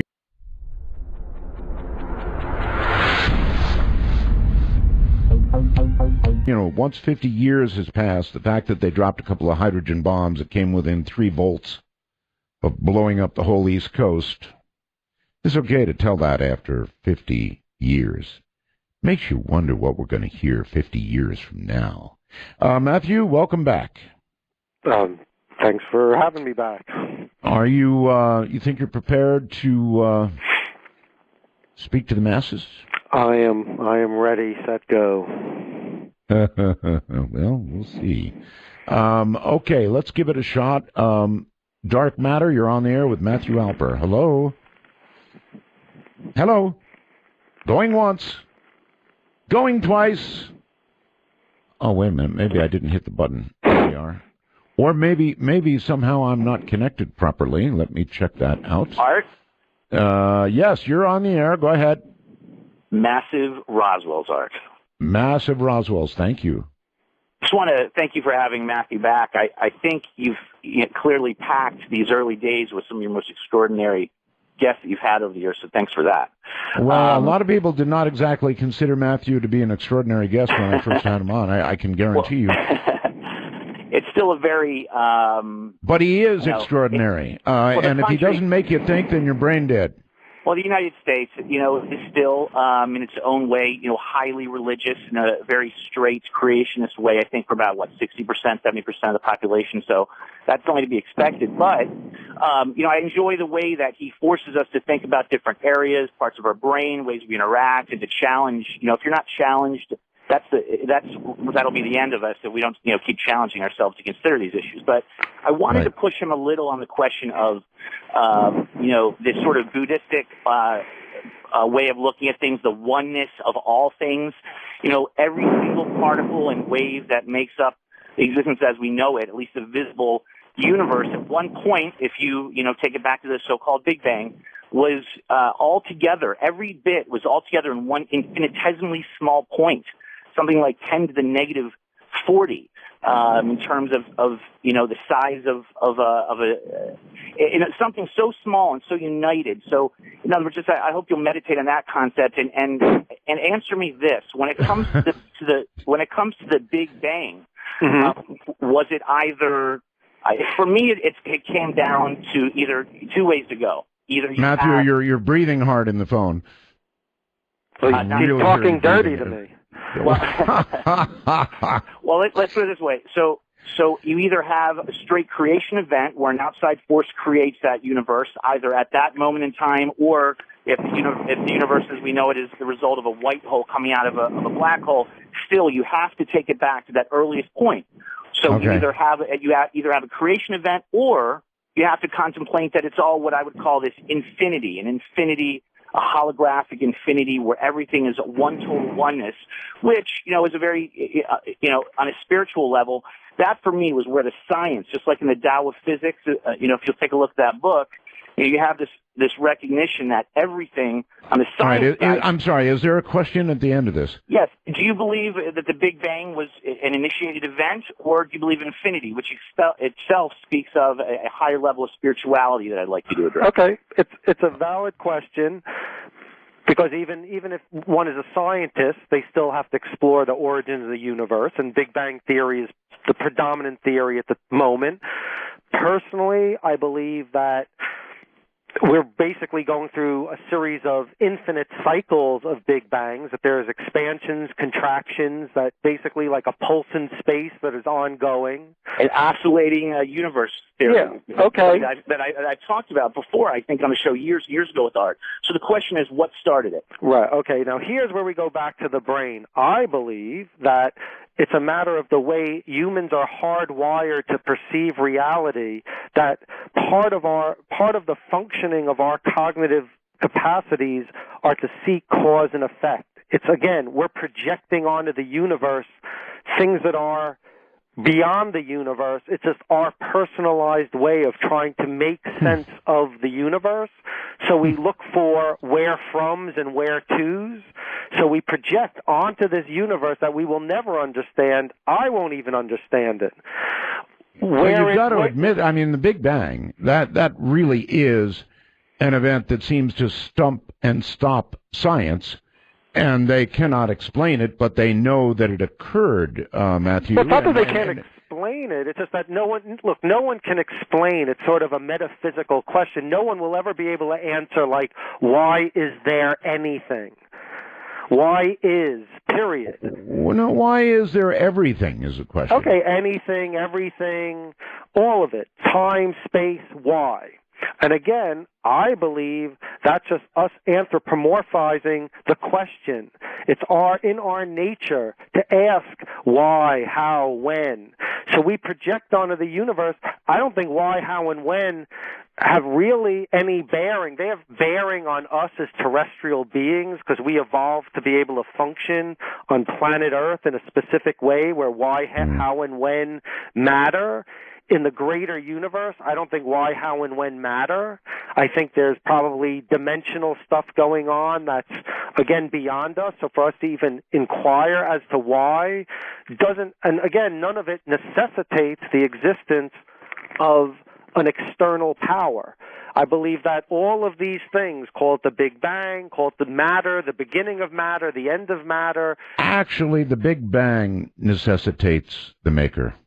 I don't believe that. I believe it necessitates something that we would call nature. That's an opinion. Exists. That is an opinion. Well, not really, because you can't prove that there's a conscious being that oversees nature. No, I didn't endeavor to prove that. I simply said you're just stating an opinion. You're not proving anything. I'm saying that. Well, in my mind, and it's my opinion that the Big Bang necessitated a maker. Okay. Again, to say necessitate, that becomes more than an opinion. That becomes a belief. It's just my opinion nature doesn't necessitate a God. All right. We've got to get to these phones. Okay. You're on the air with Matthew Alper. Hello. Roswell's Art. Thank you. I noticed at one point he mentioned Americans falling on a bell curve in 8% in atheism. And then he mentioned in Europe that it falls it's 30% in atheism. So it depends on the country. You're actually speaking to him, so go ahead. Okay, so Matthew, yes. So it's 30% atheism in Europe. So if it all comes down to physical brains, then like gray matter parts, then why that difference in the bell curve? Well, again, a good question. There's a chapter in my book. Why is America so religious? A biohistorical hypothesis. And essentially, and there's UN reports on the correlation between a number of things: development in a nation, literacy statistics, and religiosity. And essentially, the less developed a country is, the lower the literacy rate, the higher religiosity there tends to be. More people going to church, more people claiming they believe in God, that it plays a strong role in their life. America is an anomaly because here we are, a developed country with a relatively low, high literacy rate, and yet we rank very high in the religiosity curve. And how do you account for that? And I account for that in my chapter, A Biohistorical Hypothesis, that basically America was a rare experiment in migration.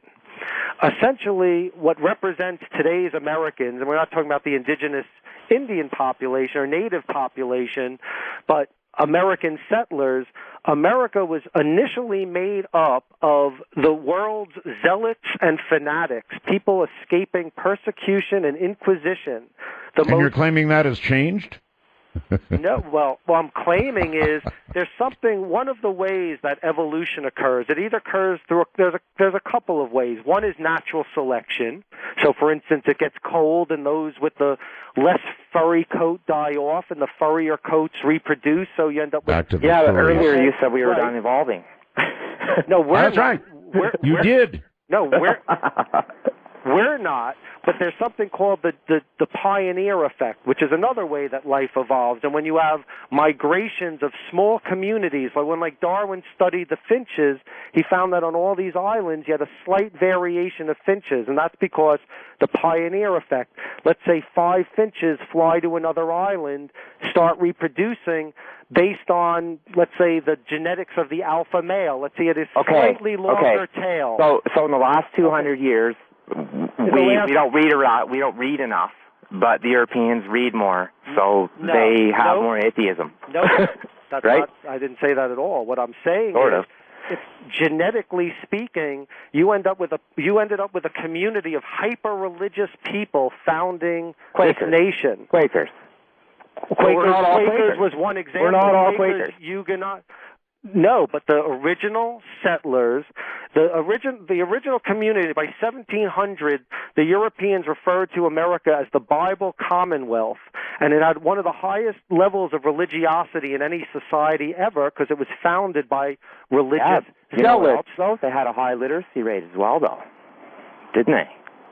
Yeah, but that's not the point. The point is what happened was... No, but you're saying your point is that we didn't read enough. You're not letting me say and we became atheism. We became atheists. What I'm saying is because of or Europeans did, and we didn't. Because of the genetic nature of religiosity, it can actually be passed through genes. So they've done genetic studies. But what about all the religious stuff that happened in Europe? They had the Crusades and all the rest of it. That was. I mean, they shouldn't be atheists now. We were but they are apparently at a higher rate. No country in Europe was created the way America was by founding fathers of every American community was made up of zealots escaping persecution, people who were hyper-religious. Imagine that let's say music was condemned. All of Europe was governed by the Pope. Can I finish? Let's say music was condemned by the world, and the most musical people, musical geniuses, people who would not let go of their musical heritage and decided they're willing to cross the seas in the most dangerous conditions to preserve their sense of musicality. So all of the musical savants and geniuses of the world all settled on an island. So do you believe that 300 years later? I kind of see what you're saying, but still, there's plenty of religion in Europe. There always has been. The Pope ruled that place for then founded it and all that. Absolutely, that's the premise of my book, The God Part of the Brain. Humans as an animal are hardwired for religion. It will never go away. We will always be religion on Earth. But there's a difference between Europe and America for some weird reason. You said 30% in Europe, 8% here. Our brains shouldn't be all that much different in 200 years of genetics, like especially that we're done evolving. You just conceded that there are instances of genetic isolation. So, like for instance, among certain groups of Ashkenazi Jews, because they have isolated themselves, they can get something called Tay-Sachs disease. The Amish can get something Cotard syndrome, where they have polydactyly, where they can get extra toes and fingers because they. You know what though? That doesn't really follow because there's like plenty of genetic mix here in America. We haven't all descended from Quakers. I've got about 6 different strains running in me. Absolutely.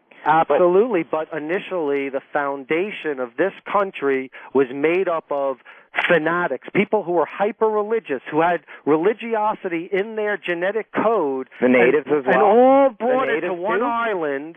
The natives too? No, but how much influence do the natives have on present-day politics in America? Well, you're not talking politics, though. You were talking about genetics and religiosity. I'm saying I've got some native in me. Like, right. That's not Quaker blood that makes me religious. Like, I don't. Because you're trying to simplify the point. These are statistical mechanics. You can't apply them to any one individual. When you do scientific studies that involve statistical mechanics, you're talking about like 83% of a population. Now, you could have one person say, that's absurd. I don't like vanilla, and yet this study says 83% of I don't like vanilla, neither do my friends, so this study's dumb. You can't point, in statistical mechanics, you can't point to your experience, your friend's experience, Joey's experience up the block. These are but you know that's what you said about hold on, that's what you said about the prayer study. That what? You just threw it out. Yes, there are, sure. But look, Art, there are people making claims every day. People wander off the streets. I spoke to God. Do you concede to every one of those claims? No, he may or may not have. He probably can't produce proof of it. As long as he's being harmless enough, he's okay to have his belief there. Hey, I'm not saying he cannot believe. You want to believe that UFOs live in your home, go for it. I don't care what people believe. I don't care at all. All I'm doing is laying out a hypothesis for a theory that suggests that human beings are genetically hardwired to perceive a spiritual reality, and that's where all of our belief systems come from. And it's an evolutionary adaptation that makes us a more survivable animal in a world in which we know the terror of death. That's all I'm saying. I didn't say it's bad. You believe whatever you want. If it makes you happy, again, believe in the great big bird. Believe in sea monkeys, Ronald McDonald. I don't care. If it makes you happy, if it floats your boat, awesome. I would never condemn anyone. I would only condemn people if they try to push their views into my legislation. So if somebody comes out there and says, well, we represent the majority, so you have to believe in the great big bird too, and you have to do rituals that suggest you believe, and you have to wear the color red because that's the color of our belief system, that's where I'll stand up and say... I think from our side, though, that we're worried that your side may try and do that. By what? By saying that, like, you shouldn't pray at school? Well, no, by saying that everything comes down to statistics, and then we should all run our lives based on what some guy's seen under a microscope and says that your brain produces this, and therefore we should all do this. I think that you should allow people to have their ways a bit, as long as I just said I do. Right? I just don't believe you can legislate in I agree with in you. a multifaceted community like America's supposed to be. The majority shouldn't rule. So if 10 out of 15 people believe in the great big bird in our particular nation, they should not be able to force the other 5 to, when they go to school, to pray to big bird, or to have big bird on in every storefront, because it would be an insult to the big bird if we didn't have it there. That's all I'm saying. Go believe in big bird when you go to your church, pray to big bird. When you're at home, decorate the walls with big bird. Well, I think we should all pray to the pharmaceutical companies, right? I don't remember advocating that. No, I think you would. Right. Personally, I go for thank you, Art. I go for Thank you, Matthew. farm myself. You bet. Okay. Whew, that was a good one. I enjoyed that. All right, let's go here. Dark Matter, you're on the air with Matthew Alper. Thank you very much, Art Roswell's. Thank you. I'm new to this late night stuff, and I have found this to be quite fascinating. In fact, I look forward each night to getting on Sirius Radio and listening to Dark Matters. Matt, it's a shame that people can't just listen to what you're trying to say. I don't really have any argument for you. I have found what you've said to be really fascinating. I'm not buying into all of it, but I do have a question for you, and I am interested in trying to learn a little bit about this. I am a recovering alcoholic. I have had what I call a spiritual experience, and I guess my proof is that I once could not stop drinking, and now I have stopped. I have recovered from that disease, which I believe now Dr. Silkworth is a disease. How would you explain then what I bought into a higher power? How would you explain then I'm basically, how would he explain you stopped drinking? The higher power gave you the ability to stop drinking. Is that fair? Or yes, or at least that there's an existence of a higher power. Okay. Well, there's a chapter 16 in my book is called Religious Conversion. And it's basically about, people who go through religious conversions, which generally happens to the majority of people between ages 15 and 21, but it can happen at any point in our lives. The interesting thing is that pretty much predominantly, like 97% of people who have religious conversions are undergoing some life crisis, often related to an addiction problem, for instance. A vast majority of those people, and I'm not saying this applies to you, but again, this is all just statistics. The majority of these people have suffered some type of abuse as children, some type of poor upbringing. They were either physically abused, psychologically abused, or somehow neglected. That doesn't necessarily, like I say, apply to you, but statistically speaking, so these are people who are suffering, and at some point, that pain is going to surface in the form of some type of addiction issue or some type of unhealthy behavior. And what seems to happen is, for a number of these people who are like at rock bottom, the brain changes. They go through a phenomena that's cross-cultural. The same thing happens whether you're in Australia or Germany or Ecuador. People at this point in their lives suddenly have a religious conversion. Their brains hit a switch, and they become hyper-religious. Their life revolves around religion. Their life revolves around their faith in God. And basically, it's like a backup support system that the brain offers us when we're in such crisis that basically we're on the brink of self-imposed suicide. We're about to kill ourselves, whether intentionally or not. Okay. So, all right. I want to ask you a question. That does make sense. Where do you get the figure 8% here in the U.S., 30% in Europe? Where does that come from? That statistic was from, if you go on the UN report, basically the UN has studies and statistics on religiosity and the extent of belief in every nation in the world. That's an amazing Barnes & Noble, and that counts for around the world, going into Russian this week, actually. Really? Now available to 600 million more people. Or you can go online at Amazon or BarnesandNoble.com.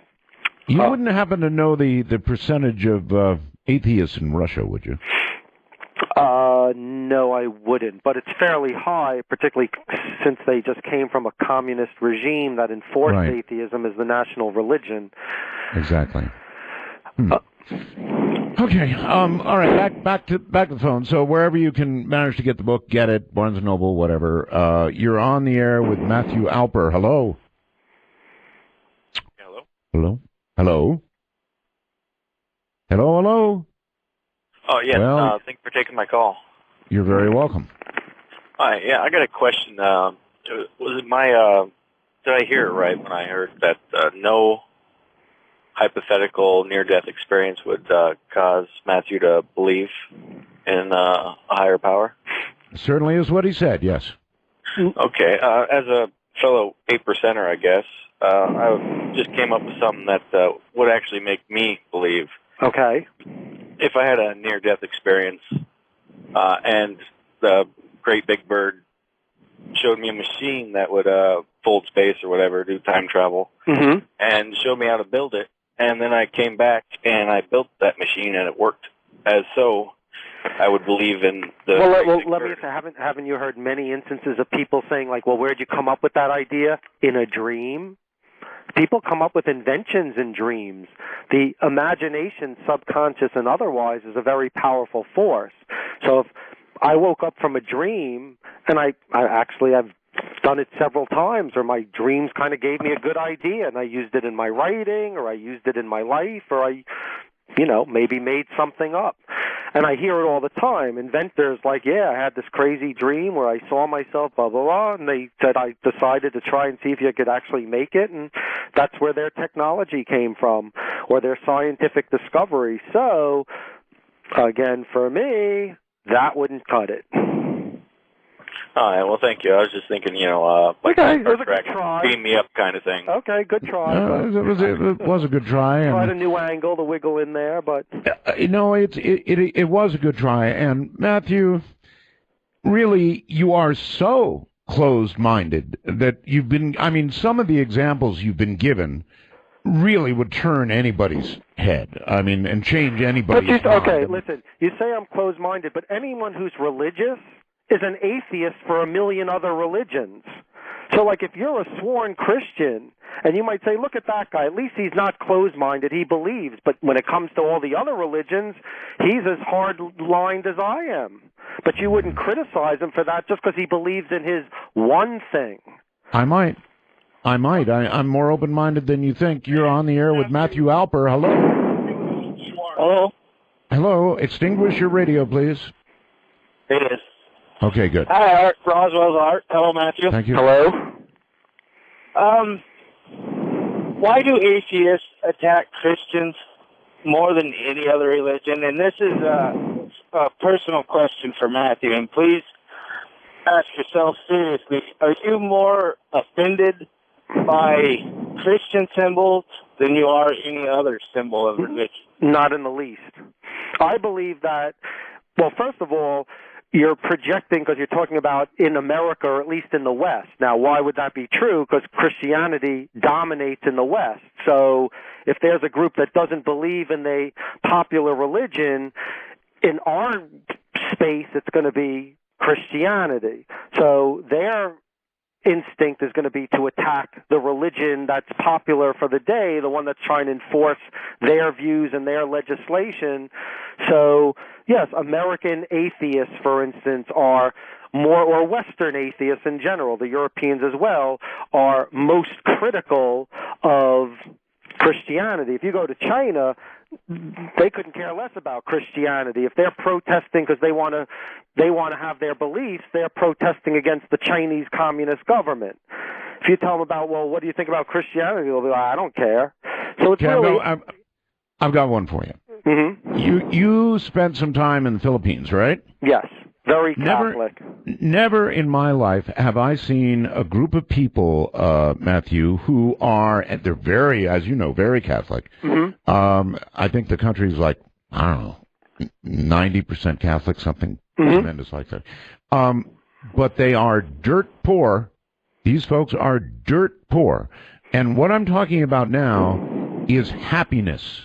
I'm telling you, brother, I've seen these people in such poor situations, hungry, not able to get a full belly every day by a long shot, flooded out, wading through water, but happy as can be. And they attribute it to, what do you think? I'm going to guess God. Look, well, that's why we evolved this function, because it comforts us, because life is painful, and life is full of misery and suffering and pain. But surely when you were there, you observed this phenomenon. Well, I observed the same as I would in like a South American country, that people are very Catholic and bound to, the Catholic paradigm. Because sure, when they were conquered by the Spanish, it was enforced upon them, and they went from believing in primitive. Yeah, but Matthew, I'm talking about truly happy people here. Truly happy. Right, but then you'd have to make the argument that basically religiosity equals happiness, and the more religious. Well, I am making that argument to some degree. I mean, look at us. Yes, we're a very rich country, but are we a happy country? Are we as happy as, for example, what you observed in the Philippines? I think not. Yeah, but if you look at the list of happiest countries, for instance, a lot of them are Scandinavian, for instance. They have the highest rate of atheism on the planet. Go look it up. Highest rate of atheism is in Scandinavia and Northern Europe. You're right. Those are some of the happiest countries in the world. It's a good point. All right, you're on the air with Matthew Alper. Hello. Hello? Hello? Yes, hello. I can't tell if am I on the air? You're on the air. Yes. Oh, okay. Well, I do have a question for Matthew, but first off, I just wanted to quote something out of the Bible, which I have been studying for about 36 years, but because I had one of those experiences he's talking about. All right, tell us about that, please, but please don't quote from the Bible, but please go ahead and tell us about your experience. Well, his argument is basically against the Bible, so I'm wondering why I can't. Well, it's against every Bible. It's not just the Christian Bible. Right. It's against the Bible of every culture.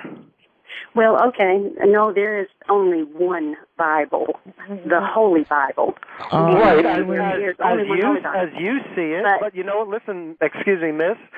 In all due respect, if you were born, let's say in, I don't know, Iraq. I know, Iraq or something, and I was Muslim or something. I would be brainwashed by the Quran. But let me tell you something. One at a time here. Go ahead, ma'am.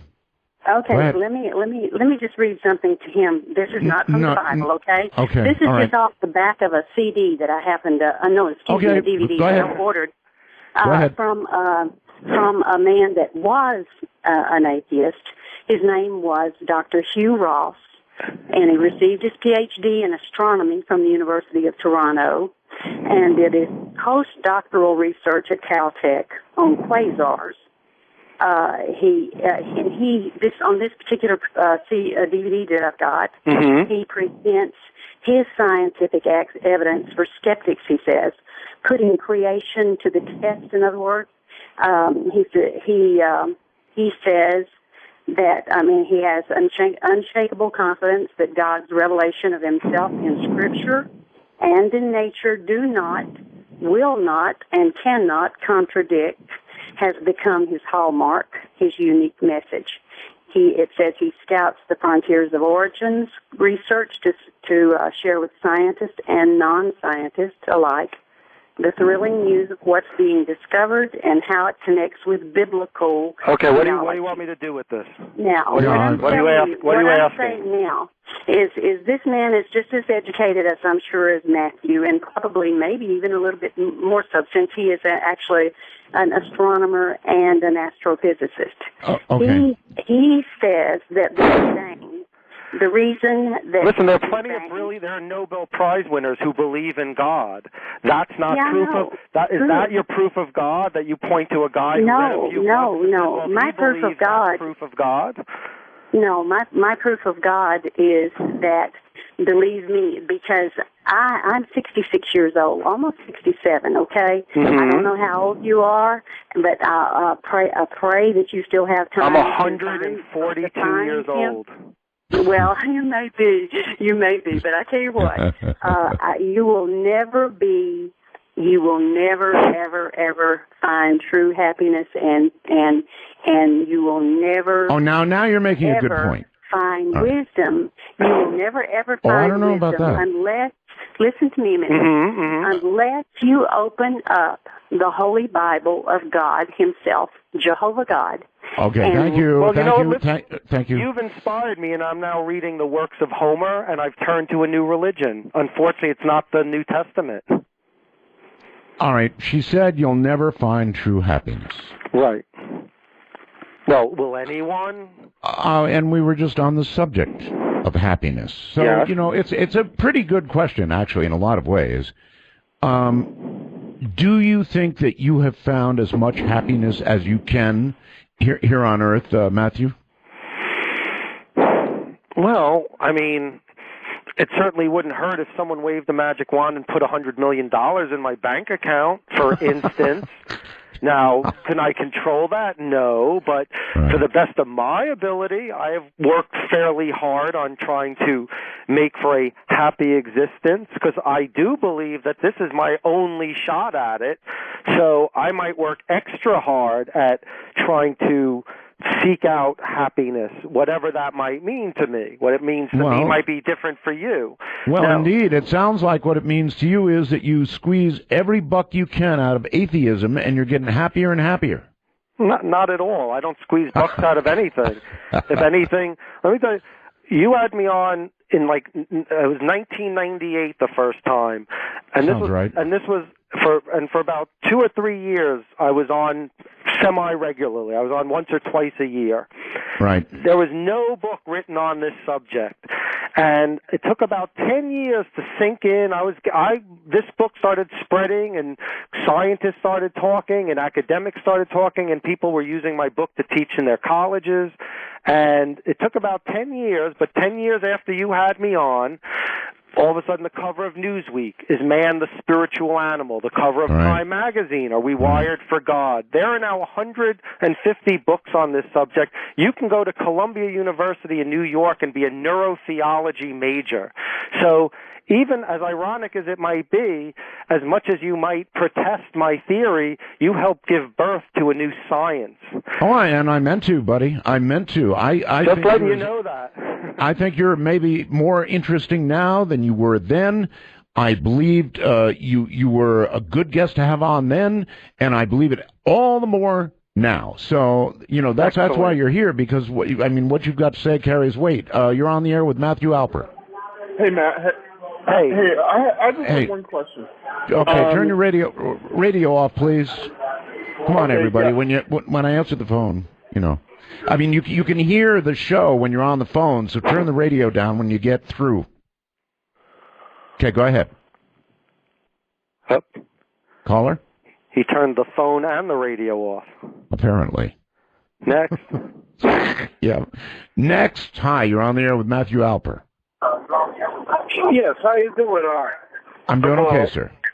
That's great. I'm a truck driver. My name is Carl, and I've been a long-time listener of you forever, and my son, who's 22, has been listening to you since he was 10, and he's inspired by you to be a talk show host just like you, hopefully someday. But anyways... Tough way to go.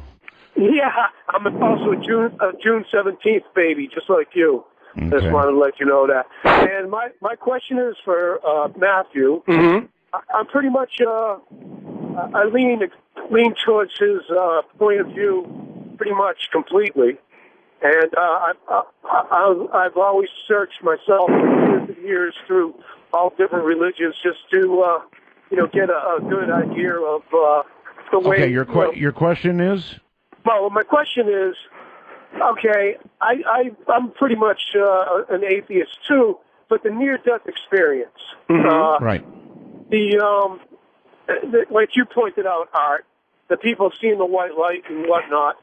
I'm wondering about the ones that see above the operating table, that they say they're floating above an out-of-body experience at that point, and they're looking down and they're seeing their body. And the doctor's talking, and they can repeat exactly what they said once they are off the table. Okay, I can answer. So, again, you get any number of hallucinations. However, the only experiment that I can point to is University of Virginia did a study where they set up an LED screen on a little slit over the beds in hospitals at their clinic, and for a year they registered people having near-death experiences who reported just that, because one of the phenomena of a near-death experience is an out-of-body experience. They sometimes go hand in hand, which I also, there's been studies that show that it can be connected to a brain region in the angular cingulate, a part of the brain, and that basically it's a type of hallucination that we are capable of having. They set up an experiment where they put up an LED screen with a message aimed upward at the ceiling, and they wanted to see over the course of a year with a certain number, maybe 3% of people, inpatients who were, surgery was done on, who claimed to have near-death experiences and as well as out-of-body experiences, if one of them would report more than just they looked down on themselves on the operating table, so the tops of the doctors' heads, etc., but who would have also been able to say, and then I read this crazy LED screen that was going that said the cow jumped over the moon. Not one person was able to recount, and they said, did you see any type of message maybe? They're like what? Did you see any letters, like maybe an LED screen? And they're like, nope. So, and that's the only experiment that I can point to where people sought to invalidate, because again, to me, one person saying they experienced something isn't validation, because we all experience reality differently.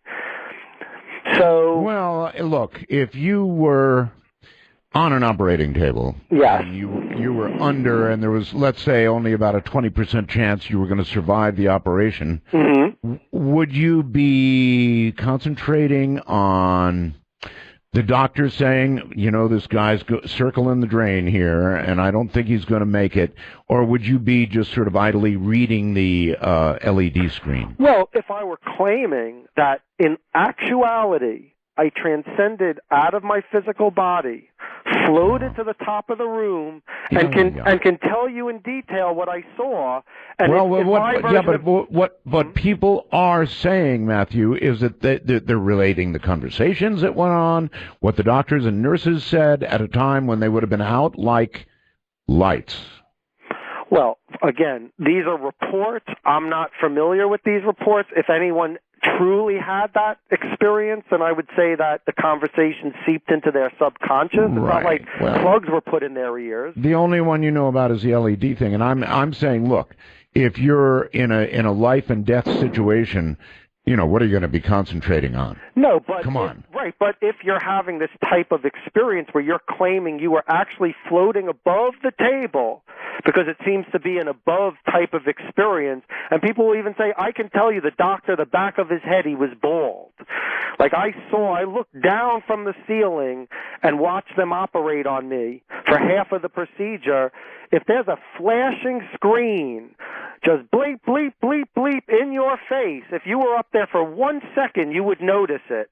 And someone saying, I watched the procedure for an hour, and I can tell you conversations, and I can tell you what the back of that nurse's head looks like, but I can't tell you anything about the LED screen.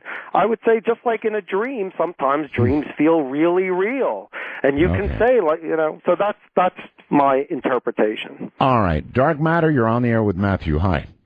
Hey, Art, it's good to hear you again. I want to give you 2 Roswells and a Groom Lake just for giggles. Thank you. I'm not a strong believer, but I do have 3 real quick questions. One of them is directly aimed at his whole theory of the God part. Okay. My first one is, if your belief of the afterlife does your belief of the afterlife solely exist because of your lack in belief of God? Well, you mean my lack of belief in an afterlife? Because I don't believe in an afterlife. Well, yeah, that's what I meant. I mean, is that lack of belief of an afterlife solely based on your lack of belief of God? No, my idea is, the answer is no. My lack of belief in an afterlife is because I don't believe not in God, but I don't believe in a soul. So I believe that consciousness, who we are, who makes up Matthew, is not contingent on some ghost in the machine, but literally the machine. And that when the machine breaks down, meaning when my brain stops functioning, that consciousness will come to an end. I don't even have to die. I could, within my lifetime, I could suffer a brain injury, I could get Alzheimer's, and I, Matthew, as a conscious entity, will cease to exist, or will be a compromised version of me. So I believe that when the brain stops, consciousness stops, meaning that when I'm officially dead, there won't be some conscious version of me either burning or in hell or playing a harp with the angels. So it has nothing to do necessarily with a belief in God. It's more related to my belief in relation to souls versus consciousness. Okay. That's a real good answer there. Okay, the next one. Now, this one has to go with his theory of the whole existence of the God part of the brain, which you've done a very good job of describing it, all scientifically. But if your theory that the God part of the brain does exist and what it's exactly supposed to do, doesn't that then make a lack of the belief of God and mental illness? No, would somebody who's not musically inclined be mentally ill? If somebody isn't great at math, are they mentally ill? Well, those are learned skills, though. Those are learned skills. The God part of the brain. No. Powered in like a cat meowing. No, Look, learning how to play the guitar is a learned skill. Having the capacity to learn the guitar is innate. Half of our talents, and pretty much this is standardized in genetic science, half of what we are is what was in our genes. The other half is what was nurtured into us. So nobody, for instance, can be taught to be a musical genius.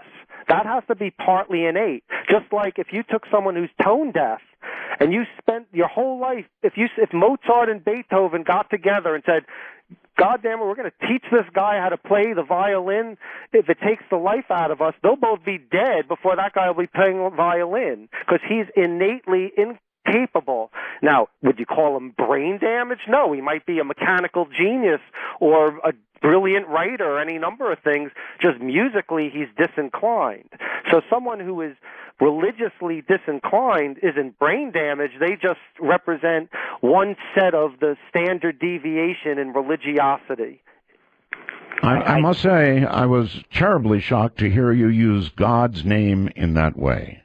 I put it at all. I put it in quotes. You didn't hear well, me. I didn't see those. No, I didn't see I'm making the quote signs over here. In a weird satanic worshiping cult where they were drinking my blood as a child. They're all going, I knew it. Yep. No, seriously now. Serious question. First of all, listen, this is the thing. I will support my theory with great conviction and not be swayed by those who have altering beliefs. Nevertheless, I have no grudge for the most part against anyone's beliefs. I mean, I do believe that religiosity has spawned a lot of very destructive and hostile and antagonistic, behaviors, which we see again in, we just turn on the news today and we see it every day. But all right, that's responding to the deep-rooted hate part. But the question was, yes, how were you raised? I was raised in a predominantly secular upbringing, meaning religion played no role. My family was Jewish, but not at all religious. So, like when I was 5, we had a menorah, and by 6, everyone agreed that was boring, and then we had a Christmas tree, and then by 8, it was like, you're too old to believe in Santa Claus, so and plus you get presents every time you go to the store, so enough of this, like, cashing in on Christmas nonsense. And then that was the end of pretty much religion, except we would all get together for Passover dinner and still do to this day, really just as an excuse for the whole family to get together. Basically, we celebrate Thanksgiving and Passover as the two excuses for the family to get together and eat. But everyone in my family is in mixed marriages. My one cousin's married to a Hindu. My sister's married to an Irish Catholic guy. Okay. All right. Well, your mom and dad have had, I'm sure, ample opportunity either to hear you on my program and to read your book, right? How have they reacted? Well, oddly enough, my parents are two of the least spiritual people I know. Like, they just couldn't care less.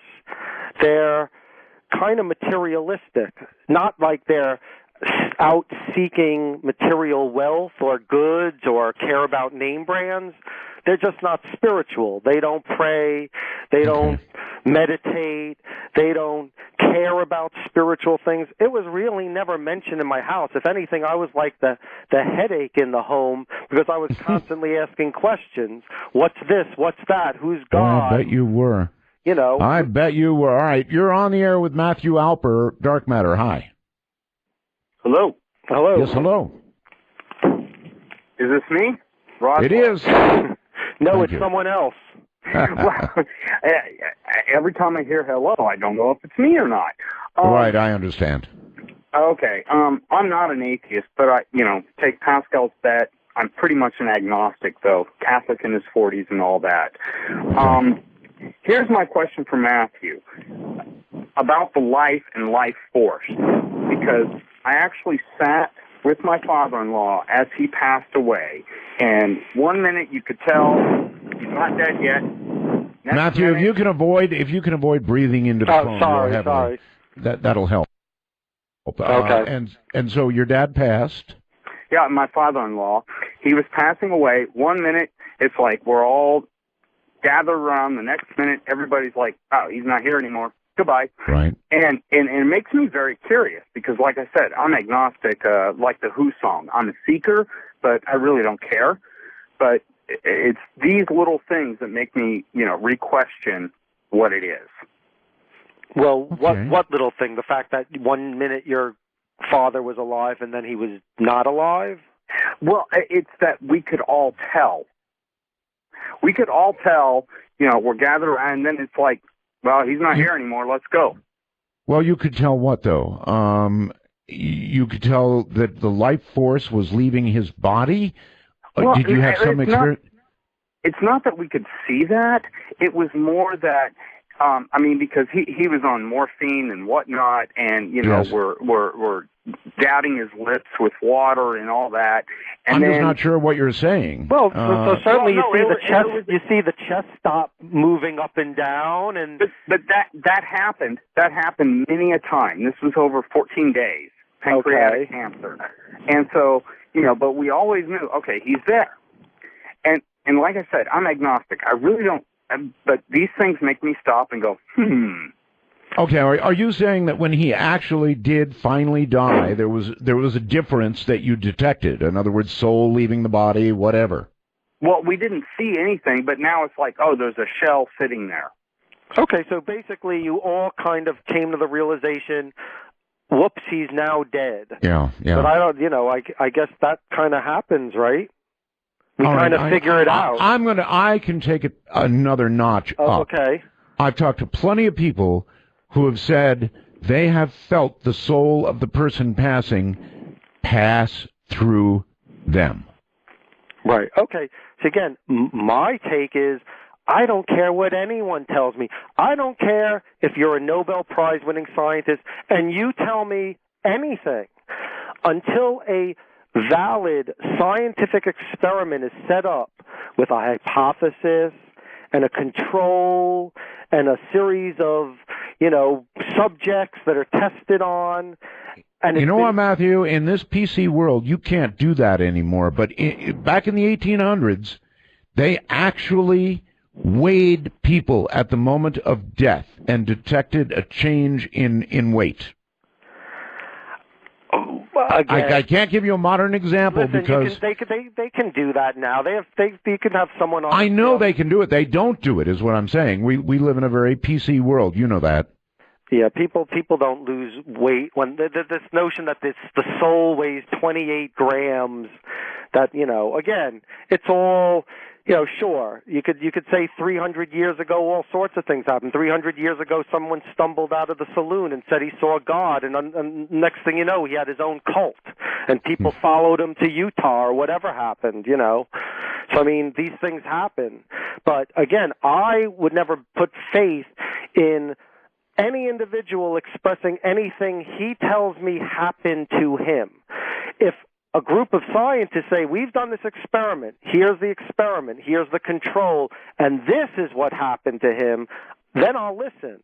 But you mean kind of like in the prayer experiments that were scientific? Yeah, but listen, I follow this. You never stuff. saw them, right? Exactly, and I follow this stuff, and I know what's out there, and I know what's considered scientifically valid, and generally those are the kind of things you'll only read in books by people who have titles like proof of the afterlife, et cetera, and they'll cite experiments done, but there's no real universities. You'll never find in Harvard. Let me tell you another very, very interesting thing for you to ponder. Okay. I have interviewed legitimate scientists who have hypnotized people and taken them, Matthew, back and back and back and back and back until they ran into another life. Sure. Well, there's all sorts of there are people who make claims for past lives. No, these are not just idle claims. Now, when they got to this, between a claim and an idle claim. Bear with me. Okay. Bear with me. When you get to this other life, you begin asking details. Who are you? Where did you live? Who were your friends? And detail upon detail upon detail. And they came out. They got checked out, and it was real. Okay. What you call real, my version of real is if I see it convergently on the cover of, Time Magazine, Newsweek, the New York Times, et cetera, and they're all reporting this story about, the person whose soul was witnessed or the ghost or any of the near-death experience or any of these claims, then I'll start to look into it. When it seems like a team of scientists did valid research, but as long as one person is making claims that they're calling real, I ain't buying it. And you said the same thing to me. Well, I don't see your theories on the cover of Time Magazine. And you know what? It took 10 years, and I said it would, and they were. Okay. So, all right. Just You're on the air with. Okay, you're on the air with Matthew Alper. Hey, Megan Roswell's Art. Thank you. Mr. Halper, I'd like to thank you for starting your views here tonight. I think they're interesting. Some of it I can agree with, but I have a question. The way you describe this, and I have a degree in psychology, you seem to set this up like this is in our DNA, like it is a reflex. Correct. Okay. So what about the issue of choice? It's been my experience that in order to attain spiritual knowledge, a person has to make a choice to pursue it. Now, what happens to these people who do not do that? Do they live in conflict? Do they live sad lives? Is their lives in turmoil because they're in conflict with their DNA, as you put it? Well, I don't. First of all, if I haven't made enough enemies tonight, let's make some more. I don't believe in free will. So you talk about choice. I don't believe we have choice. I believe we're wind-up toys in a universe where we never had a choice. Let me ask, did you have any say in who you were going to be born as? He's not there anymore. You don't believe we have choice? No. Listen. All of our decisions are based on two sets of things. Basically, all of our decisions are based on who we are. And who we are is based on two variables, nature, nurture. Our genetic makeup, the hardware we're born with, and nurture, the software that's programmed into us, just like a computer. And basically, how much say did you have that you were going to be born Art Bell, that you were going to be born a white male with whatever health you have, whatever conditions you have in this century or the last century to the family you were born? Let's say you were born, we wave a magic wand, and now you're born a crippled black woman in 4th century BC Zambia, blind, born to abusive parents. Are you going to grow up to be Art Bell? No, you will not. You will be making whole different choices and decisions. Your whole reality will be completely different than the one it is now, based on things that you had no control over, because you had no control over your genetic makeup, and you had no control over into the environment into which you were born. Those are the variables that make you who you are, and who you are is what decides the decisions you are going to make in your life. So that's my... So you're suggesting that those decisions as we go through life are all pre-programmed? Well, they're not pre-programmed. They're partially pre-programmed. Again, the nurture element will then alter the pre-programming. So, for instance, you could have two identical twins. Well, that would be called choice. In other words, as I grow up, Art Bell, I can make lots of different choices. I could go be a truck smuggler in Africa. Yeah, but that ability to choose, to me, is another illusion. It's the illusion of self. Oh, really? Yes. All right. It's the caller's turn. You're on the air with Matthew Alper. Hello. Hello there. I'm really glad to be on the air, because what I hear Matthew saying is that if we don't have choice, and the underpinnings of his argument is that by understanding how the mind works, we can negate meaning. That the experience of human beings, if it can be explained in some scientific way and predicted and even manipulated, then there is no meaning. So there is no meaning to our existence or to existing. That is correct. There is no meaning for existence. Wow. You are a meaningless being in a vast void of a universe. Your life. Otherwise, sir, have a nice day. Yeah, otherwise have a nice day. Exactly. Well, I think the problem with that is that the organism, the life force within human beings rejects that notion that we will not go quietly into the dark, because to really accept what you're saying, to take that in and to consider that as true and a true representation of reality, is to cease to exist. The life force would wither within us, because there would be no... I agree. Nature's smarter than I am. That's why nature wired us to be given an innate sense of purpose and meaning in an otherwise meaningless universe. So then you are then, without meaning to be, an agent of evil, because if your theory and if your knowledge and if your logic were to take hold within humanity, you would be the death nail in our existence. No, because, see, this is the thing. I believe religiosity will be the death knell of our existence. I believe that the tribalistic effect that comes with this instinct is what will destroy us. We will never be at peace. Eventually, one paradigm is going to unleash the weapons that will destroy the civilization as we know it. And I believe that's inevitable. So I'm hoping to somehow channel these energies to a less destructive way by informing people that they're behaving on an impulse that maybe isn't necessarily in their best interests. Well, in the short term, what you're saying could be true, but the problem with the horizon is that in the short term, if we're going to exist in the future, we have to overcome the very pressures that you say. We can evolve past that. There are plenty of people fighting for that to happen. But in the end result of knowledge, if knowledge is the thing that will destroy us, in 1,000 years, if we can detect every particle of the brain and create consciousness on our own, then that knowledge alone will render us nothing but sparkles in the water. We will realize that we are nothing, and there will be no need to go on. Well, you know what? That depends. I don't believe that there's any ultimate meaning, but that doesn't mean that inhibits me from experiencing joy in life. I can still experience the joy of friendship, of love, of sex, of art, of music, of play, of any number of things. Yes, but there'll be someone just like you who will come back and explain to us that the chemical reactions of what we're feeling, here's how it happens, and we can, put a wire in our brain and masturbate ourselves, in a sense, mentally into those states, and so therefore there's no need to really interact with anyone or read anything. We can have that on demand. We can it's called the internet. We have it, but it has yet to stop people from interacting. It might slow them down a little.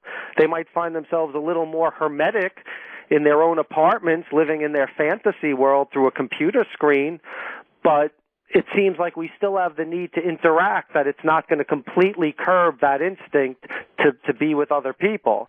But what you're describing is the internet, and people are hooked on it like a drug. They carry around their smartphones, and they're addicted to texting, and they are basically, we're one step away from being wired into the matrix.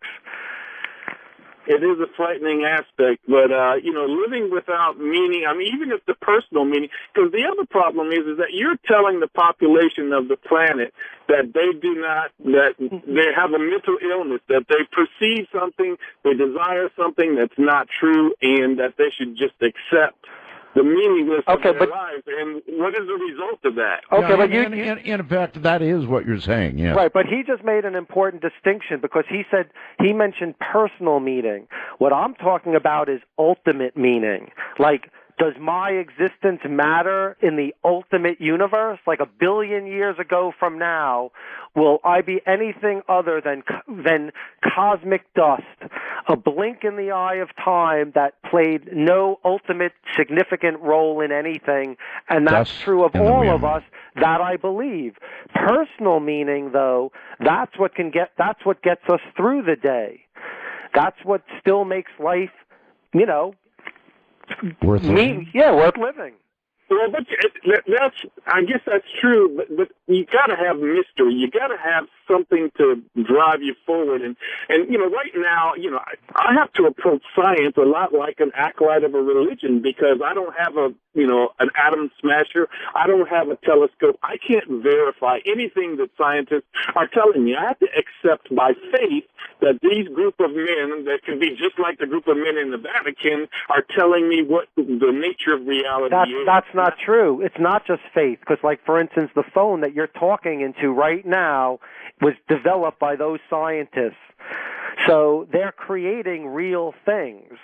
Right, but the person who gives you faith, and I'm an agnostic, to be honest with you, but the person who gives you faith gives you the ability, just as valid as this phone that I'm talking on, the ability to endure the hardships that you're talking about, the problems of life, the people in the Philippines who are happy in the midst of their squalor. That in itself is even more valuable and even more important than the electronic device that I'm speaking on. The ability to live your life and to seek pleasure and flee from pain, and if you can't change your environment, to be able to change your own environment in your head is extremely important. Yeah, but you're making the assumption that atheists can't be happy, that people who don't believe in God are incapable of happiness. And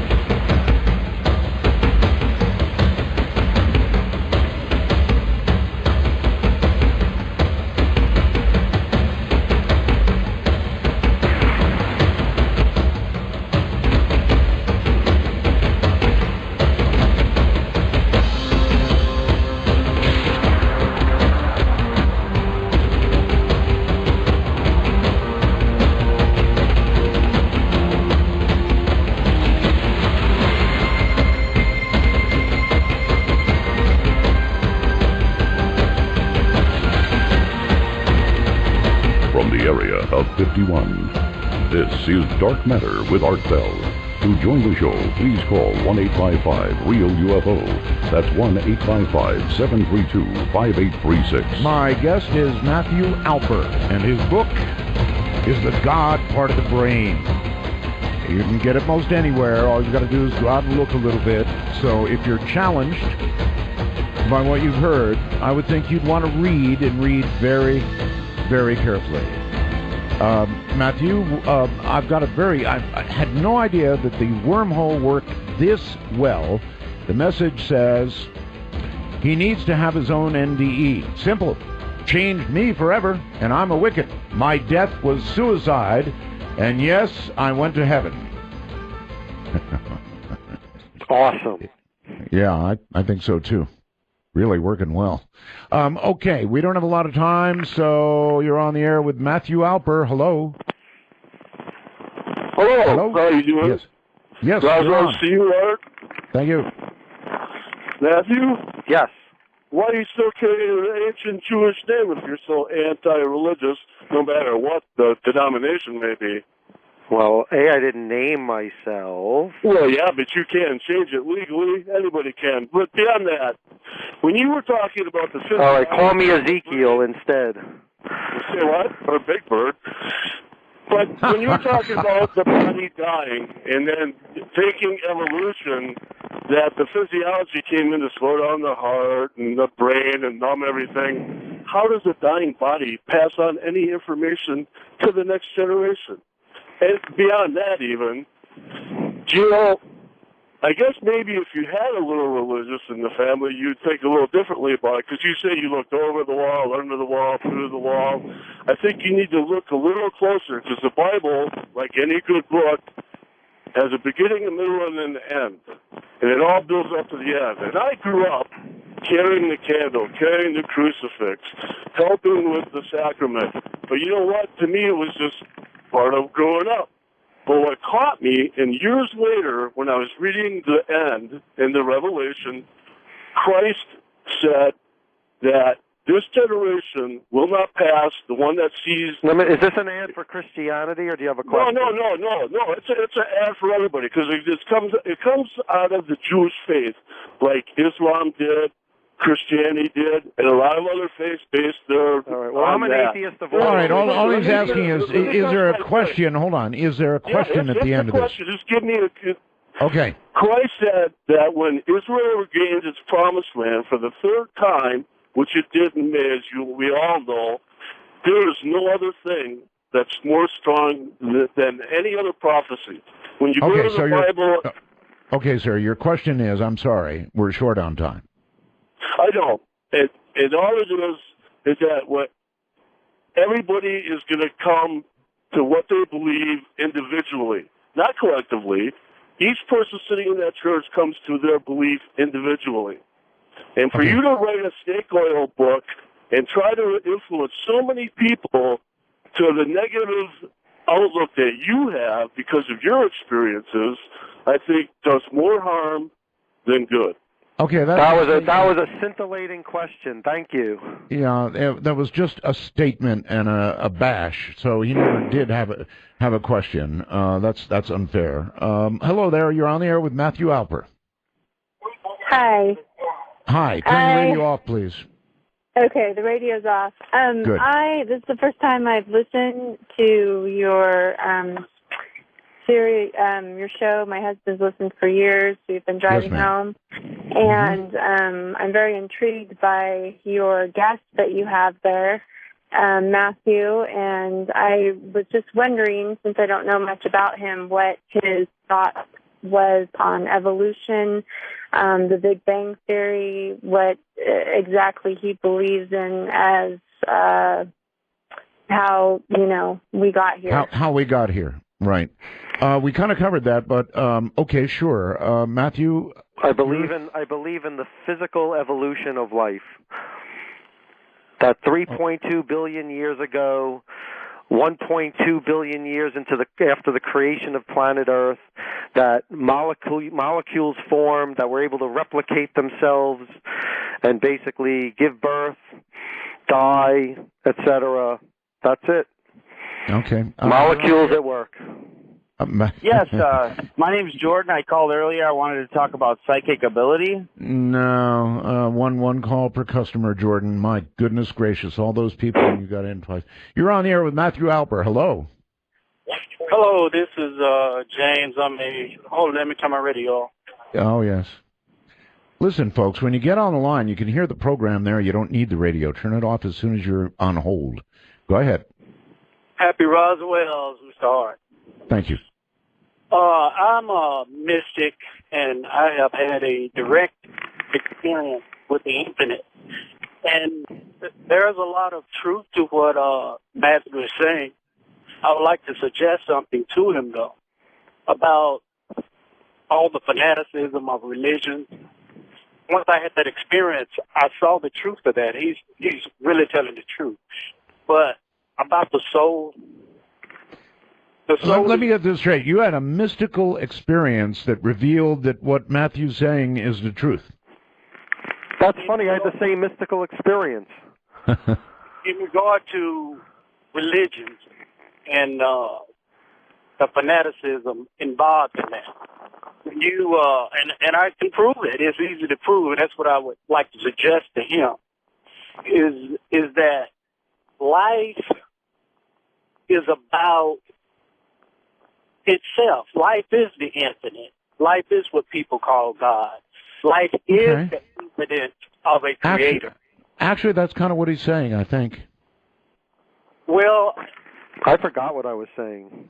Well, I mean, that life is the totality of the answer. Life itself. Well, I don't even think there's a question, so I don't even know if I believe there's an answer. Well, like I said, who's asking it? Right. Well, what I'm suggesting to you, and my question is, do you perceive this? That the part about the soul is just another word for what people call God, what I'm calling the infinite. What this whole conversation is about what you believe and what other people don't believe. And what I'm trying to point out to you and everyone in the program, including Art, is that life isn't about what you believe and what you don't believe. All that is based on what you think. All that is based in thought. And life is an expression of the infinite. Just like I'm using words, we're all using words in this exchange. Okay, listen, I would essentially agree with you. The only difference probably is that I don't ascribe any mystical sentiment to the infinite. To me, the infinite is just like a quality of nature, that it's timeless. But I don't believe that has any mystical property. You put words in my mouth. I didn't say anything about the infinite being mystical. I said I am a mystic, and I was just using a word to say that I'm not of any particular religion. That's all I was saying. In regard to what people call God, I was describing that not as anything mystical. So what's your mysticism? I'm just curious. You're a mystic. What's your mysticism? I'm just pointing out that I'm not of any particular religion. That's all I'm using. That's okay. But what is your mysticism? Do you fly? Do you have psychic abilities? No. This is what it is, and I've already said it, is to share with people like you are sharing with people. You want the world to be at peace, and this is your approach.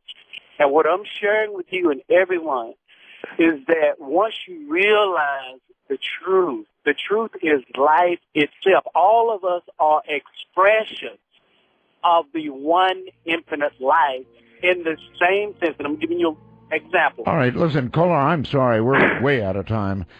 I think he was saying that, the whole thing is, the whole point of life is, I don't know, the whole point of life is life. It's been a pleasure having you on the program again, Matthew. It really has. It's been a whale of a radio show, and I think that's the whole point. So it's been a true roller coaster ride. Thank you for having me on again. Again, the name of the book is The God Part of the Brain. You can go to www.godpart.com if you want to read about it, or just look up my name. I'm all over the place, and hope you all enjoyed. Take care, my friend. We'll do it again. Okay, great. Thanks, Art. Good night.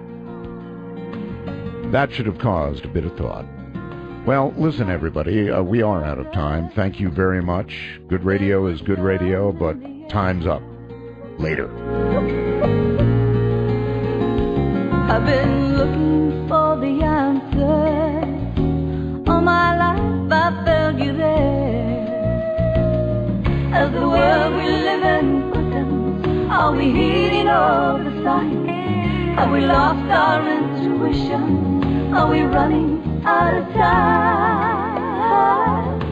Midnight in the desert.